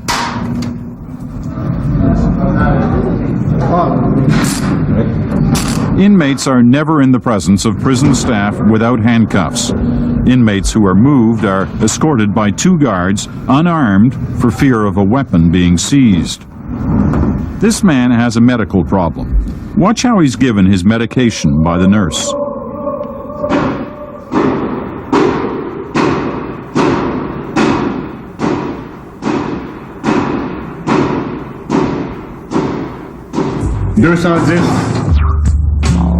There is no video surveillance in the cells, but guards search the cells when they suspect something, and even when they don't, they go in at random and check everything.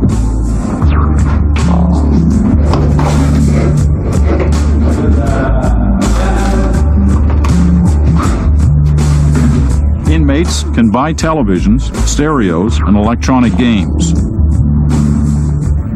Here's Kevin DeRucci again. He's going to school.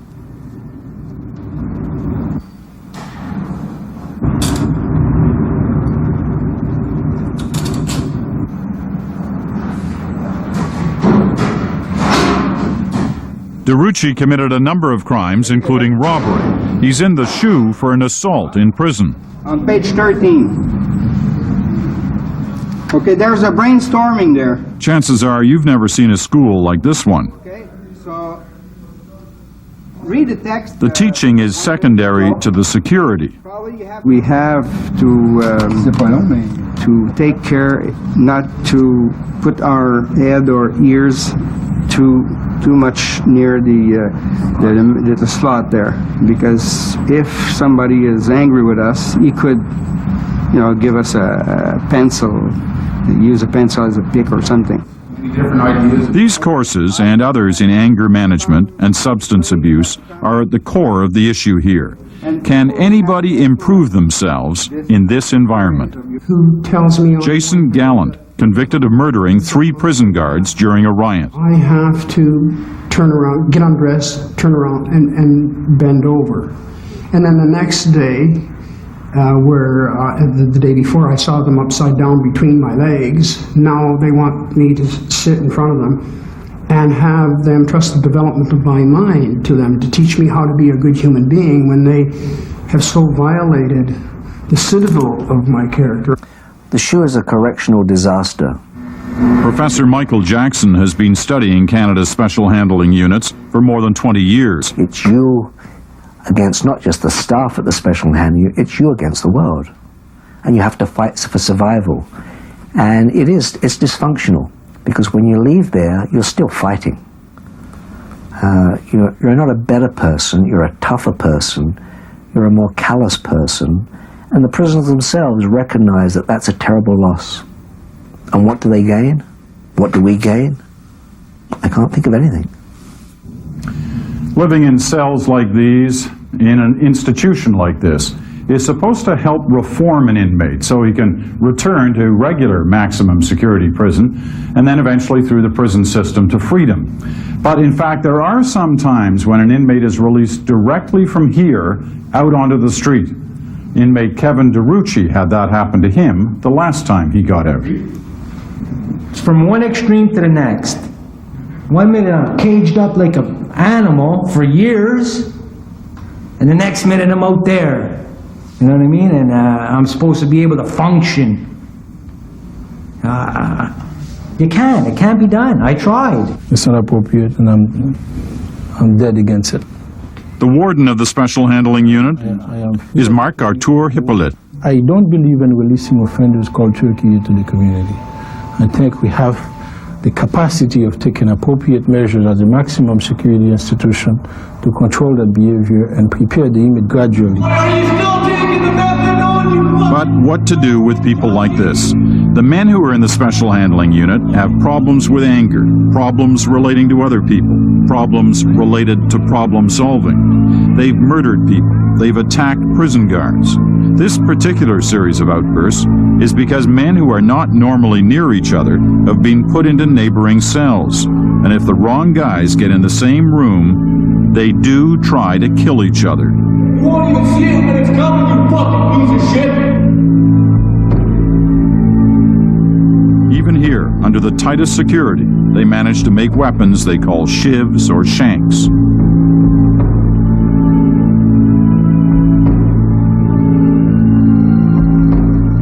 Kevin DeRucci used a shank to attack another inmate. Like this person here who I eventually ended up assaulting, he threatened my life. Threatened my life, right in court. I'm going to kill you. All over the joint, telling everybody, as soon as I get my hands on him, I'm going to kill him. Guy's a psychopathic killer. He's a punk. He had no fucking heart. Oh, sorry. He had no heart or nothing, and I got him first, you know what I mean? He felt he had to do that. Or he was getting me, without a doubt. Without a doubt. What happened to him? I stabbed him 2 times. He's in a medium security now, and I never got back to me. I've been in maximum ever since. Well, super maximum and maximum. The inmates we spoke to in the Special Handling Unit feel Canadians should know about the conditions there and that they should improve them. I think I'm a man that has some integrity and some dignity.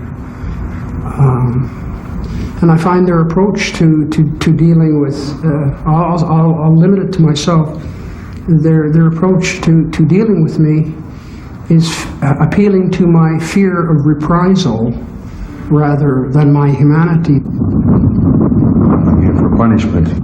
There's nothing being accomplished here. It's just a very angry place. We have committed crimes and we are wrong and we must be punished. That's obvious. Nobody's denying that. But we don't got to be abused.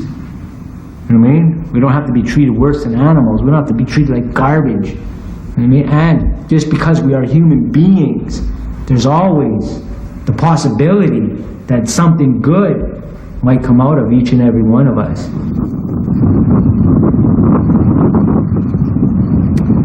Still a lot to talk about. We'll be right back with our panel and our audience of inmates and penitentiary staff.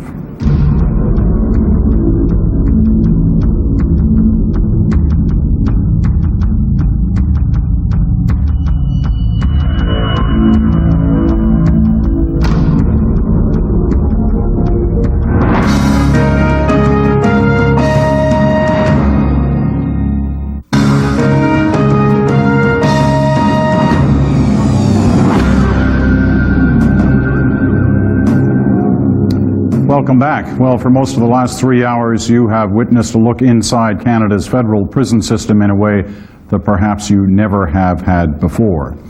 It's time now to try and sum up our thoughts, both at our panel of experts and here in our audience of inmates and correctional officers and other people interested in the prison system in this country. I want to start it off by reading you a quote. Listen to this. The mood and tenor of a nation can be judged by the way it treats its criminals. I think we've all heard versions of that quote. I'm not sure how many of you know who said it. Winston Churchill, 1910. He was a young man at the time. Brian Stewart, what does our prison system say about our country and the mood and tenor of it? I think it says that we don't pay sufficient attention at times to our institutions, and we've too long left large parts of them in the dark, not penetrated them enough.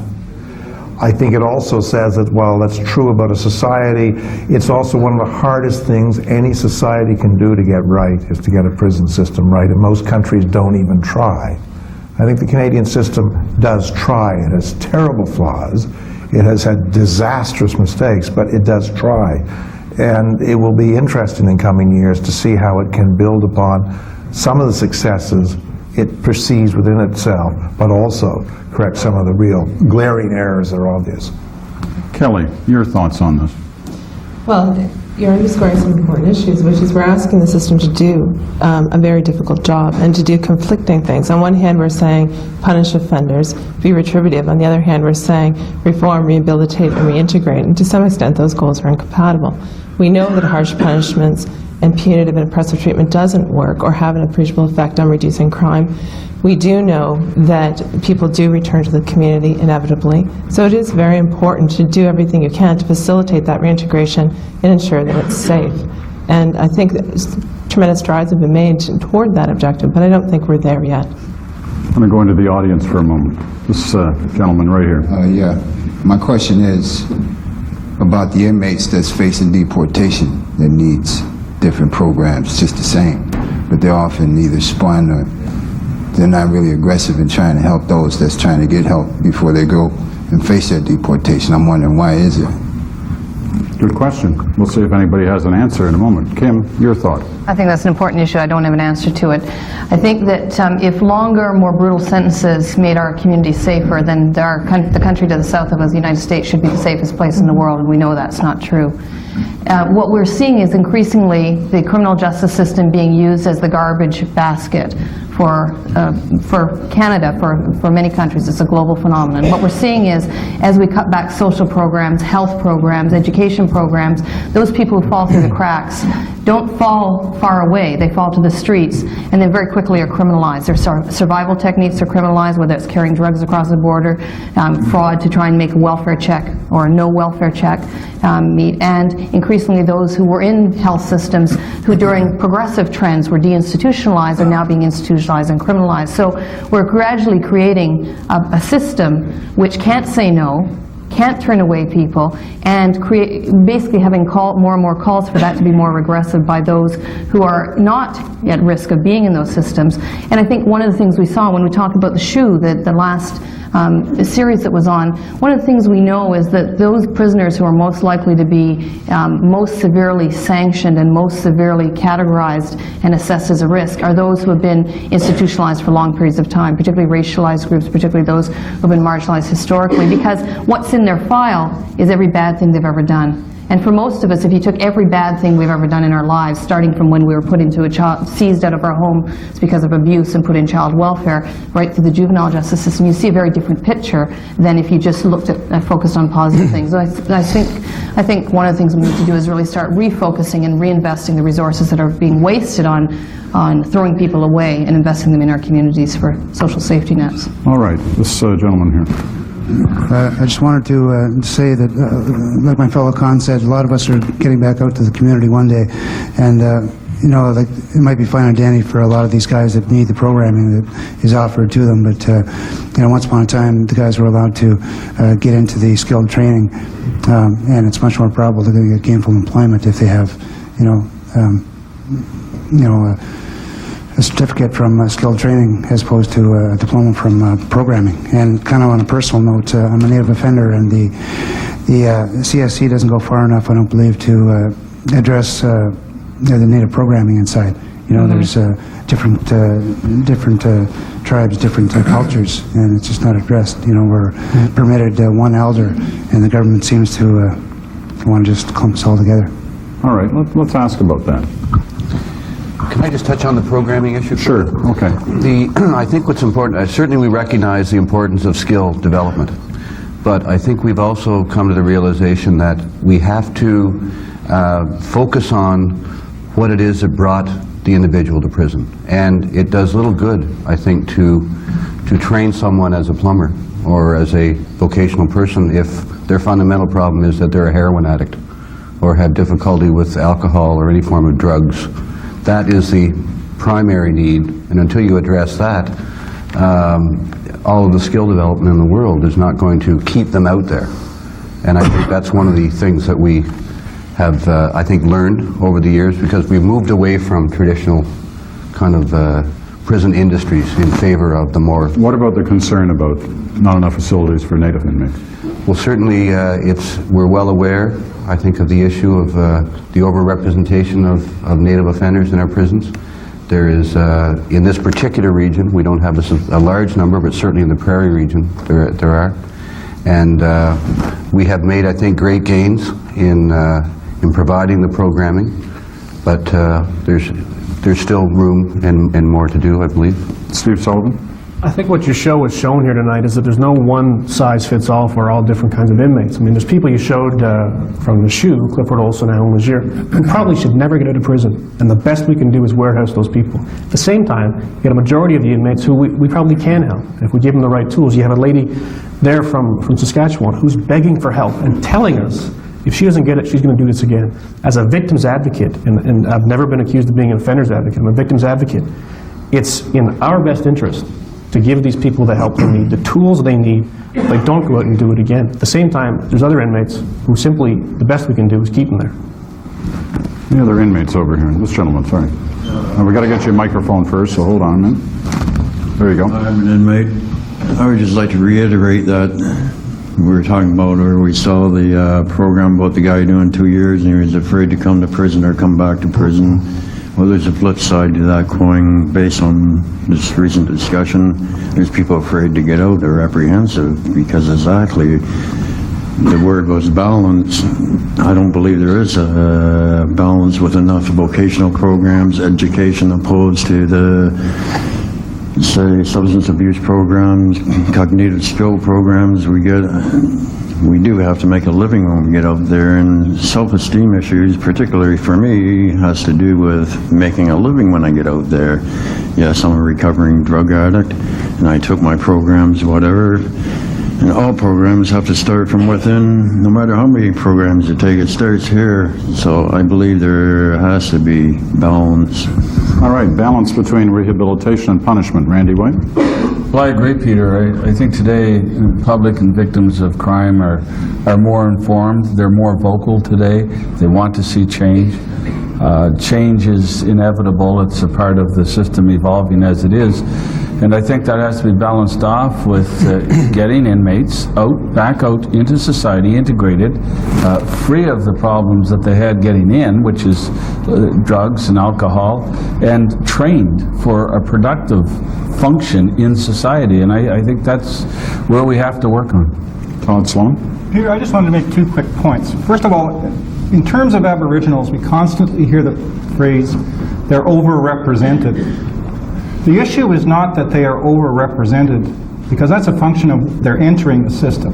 The issue is that in every determining factor of how they're treated in their movement towards release, they're at a distinct disadvantage. This is after they arrive in the first place. There was a study in 1988 by the Correctional Service that found this, and it's still found today. It's time that there were an independent review of whether systemic discrimination occurs that is preventing Aboriginals from meeting their release. The second point is, if we're looking for some important words on the Correctional Service of Canada, I think we need go no further than Madam Justice Arbour 5 years ago, and to say that it's a shame the extent to which her recommendations, not just with respect to federally sentenced women, but in terms of the system itself, it's a shame that they've fallen by the wayside, is a gross understatement. Peter. All right. Lynn Myers? Peter, it really is about balance at the end of the day. Justice for society, support for our victims, making sure that people who perpetrated that kind of anguish on victims pay the price, and those are the consequences. But after that, there's rehabilitation. And Corrections Canada, I believe, has a kind of balance in place that's important. It is no secret that other countries come to study Canada's system. I mean, Mr. Cameron from Scotland said, we're the best in the world. France studies us. Denmark and Sweden and others. That's no coincidence. The point is that we have in place a kind of system that does work. Do we need to do more? Of course we do. And I can tell you this much, under Lucy McClung, we are going to see the kinds of work and effective work that will be done in a meaningful way, because she is that kind of person. All right, Brian Stewart spent a lot of time talking to Lucy Well, McClung. indeed, foreign experts do come to study the Canadian system, and they find much they like about it, but there is one thing that often shocks them, and that is just how many people we incarcerate in this country. And I go back to a statistic at the top. Why do we incarcerate twice as many people as they do in Scandinavia? We're talking about the corrections. But there's the court system that is dumping people in our prison system at a rate that maybe we should begin to question whether there's not better alternatives. I agree. To a lot of this prison time. It's more than a court. Okay, Sylvain first, then Kevin. Sylvain? From the union point of view, we're quite happy that the Canadian public had a chance to see inside Canada's prisons. As we see on the panel, Corrections Canada and the service is always between a rock and a hard place. We have the law and order on one side that tell us tougher sentence and be more rigid, and on the other side we have the human rights advocate who tell us, well, be more lenient. We believe that with the tools that we have, we've done a fantastic job with Corrections Canada. All right. Kevin Brown, you've been eloquent tonight on your thoughts. Save this last minute for you. I think it's important that the Canadian people understand that a lot of what they see in the newspapers, a lot of what they see on TV about us being coddled and kid-gloved just isn't true. We're not given computers and TVs and fancy clothes. We are, by our own doing, ripped from our families, from our loved ones. We are brought to prison. We have to earn every single thing we get. And we have to earn it harder than anybody, because we are paying a debt to society, to victims, to society in general. We have to pay our way. I think it's important that the people know that a lot of us in here are trying our very best to put our lives back on track. We don't want to come back. We don't like it here. We don't like some of the people we live with. We don't like some of the people who have care and control over us. I think it's important that they know that we are human beings too that have made mistakes for whatever reason, whether it be drugs or abuse, or maybe we've been victims ourselves from time to time. And I think that the newspapers and media don't do us justice by when they grab one case that hits the front page and then lump us all in it together and say we're all this and we're all that. Well, we're not all that. We're men that have made mistakes, and we're trying our best to try to come back and be reasonable and be normal people in society. And I think it's important that they know that. All right. Kevin, we thank you very much. Thank all of our panelists. We're going to take one last break. We have one more break, and then we'll be back to wrap everything up. We'll also tell you where you can find more information on Canada's federal penitentiaries.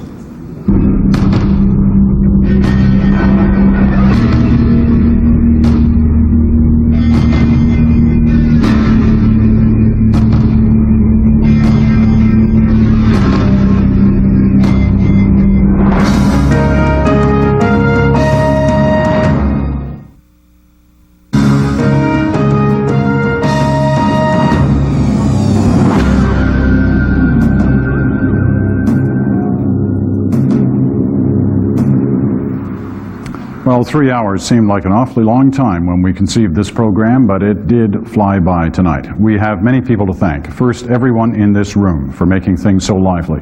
We owe a debt of gratitude to Corrections Canada for giving our crews the access they did. And a major thank you to Collins Bay Institution. It is safe to say that no one planning a penitentiary ever considered the possibility of hosting a live network television program in it. We are aware of how difficult it was to accommodate us, so we are extremely grateful for the help we had here at Collins Bay from the warden, Janet Delott, her assistants, her staff, and yes, the inmates as well. We hope you found the evening informative. If you want to keep on learning, you can log on to our website, cbc.ca, after the broadcast for several online chats in the hours ahead. You can also pick up Maclean's magazine this week, where you'll find some in-depth coverage of Canadian penitentiaries and an article by our own Brian Stewart. And if you missed any part of this program, it will be rebroadcast on Sunday at 3 p.m. Eastern Time on CBC News World. Thank you so much for watching tonight. I'm Peter Mansbridge at Collins Bay Institution in Kingston, Ontario.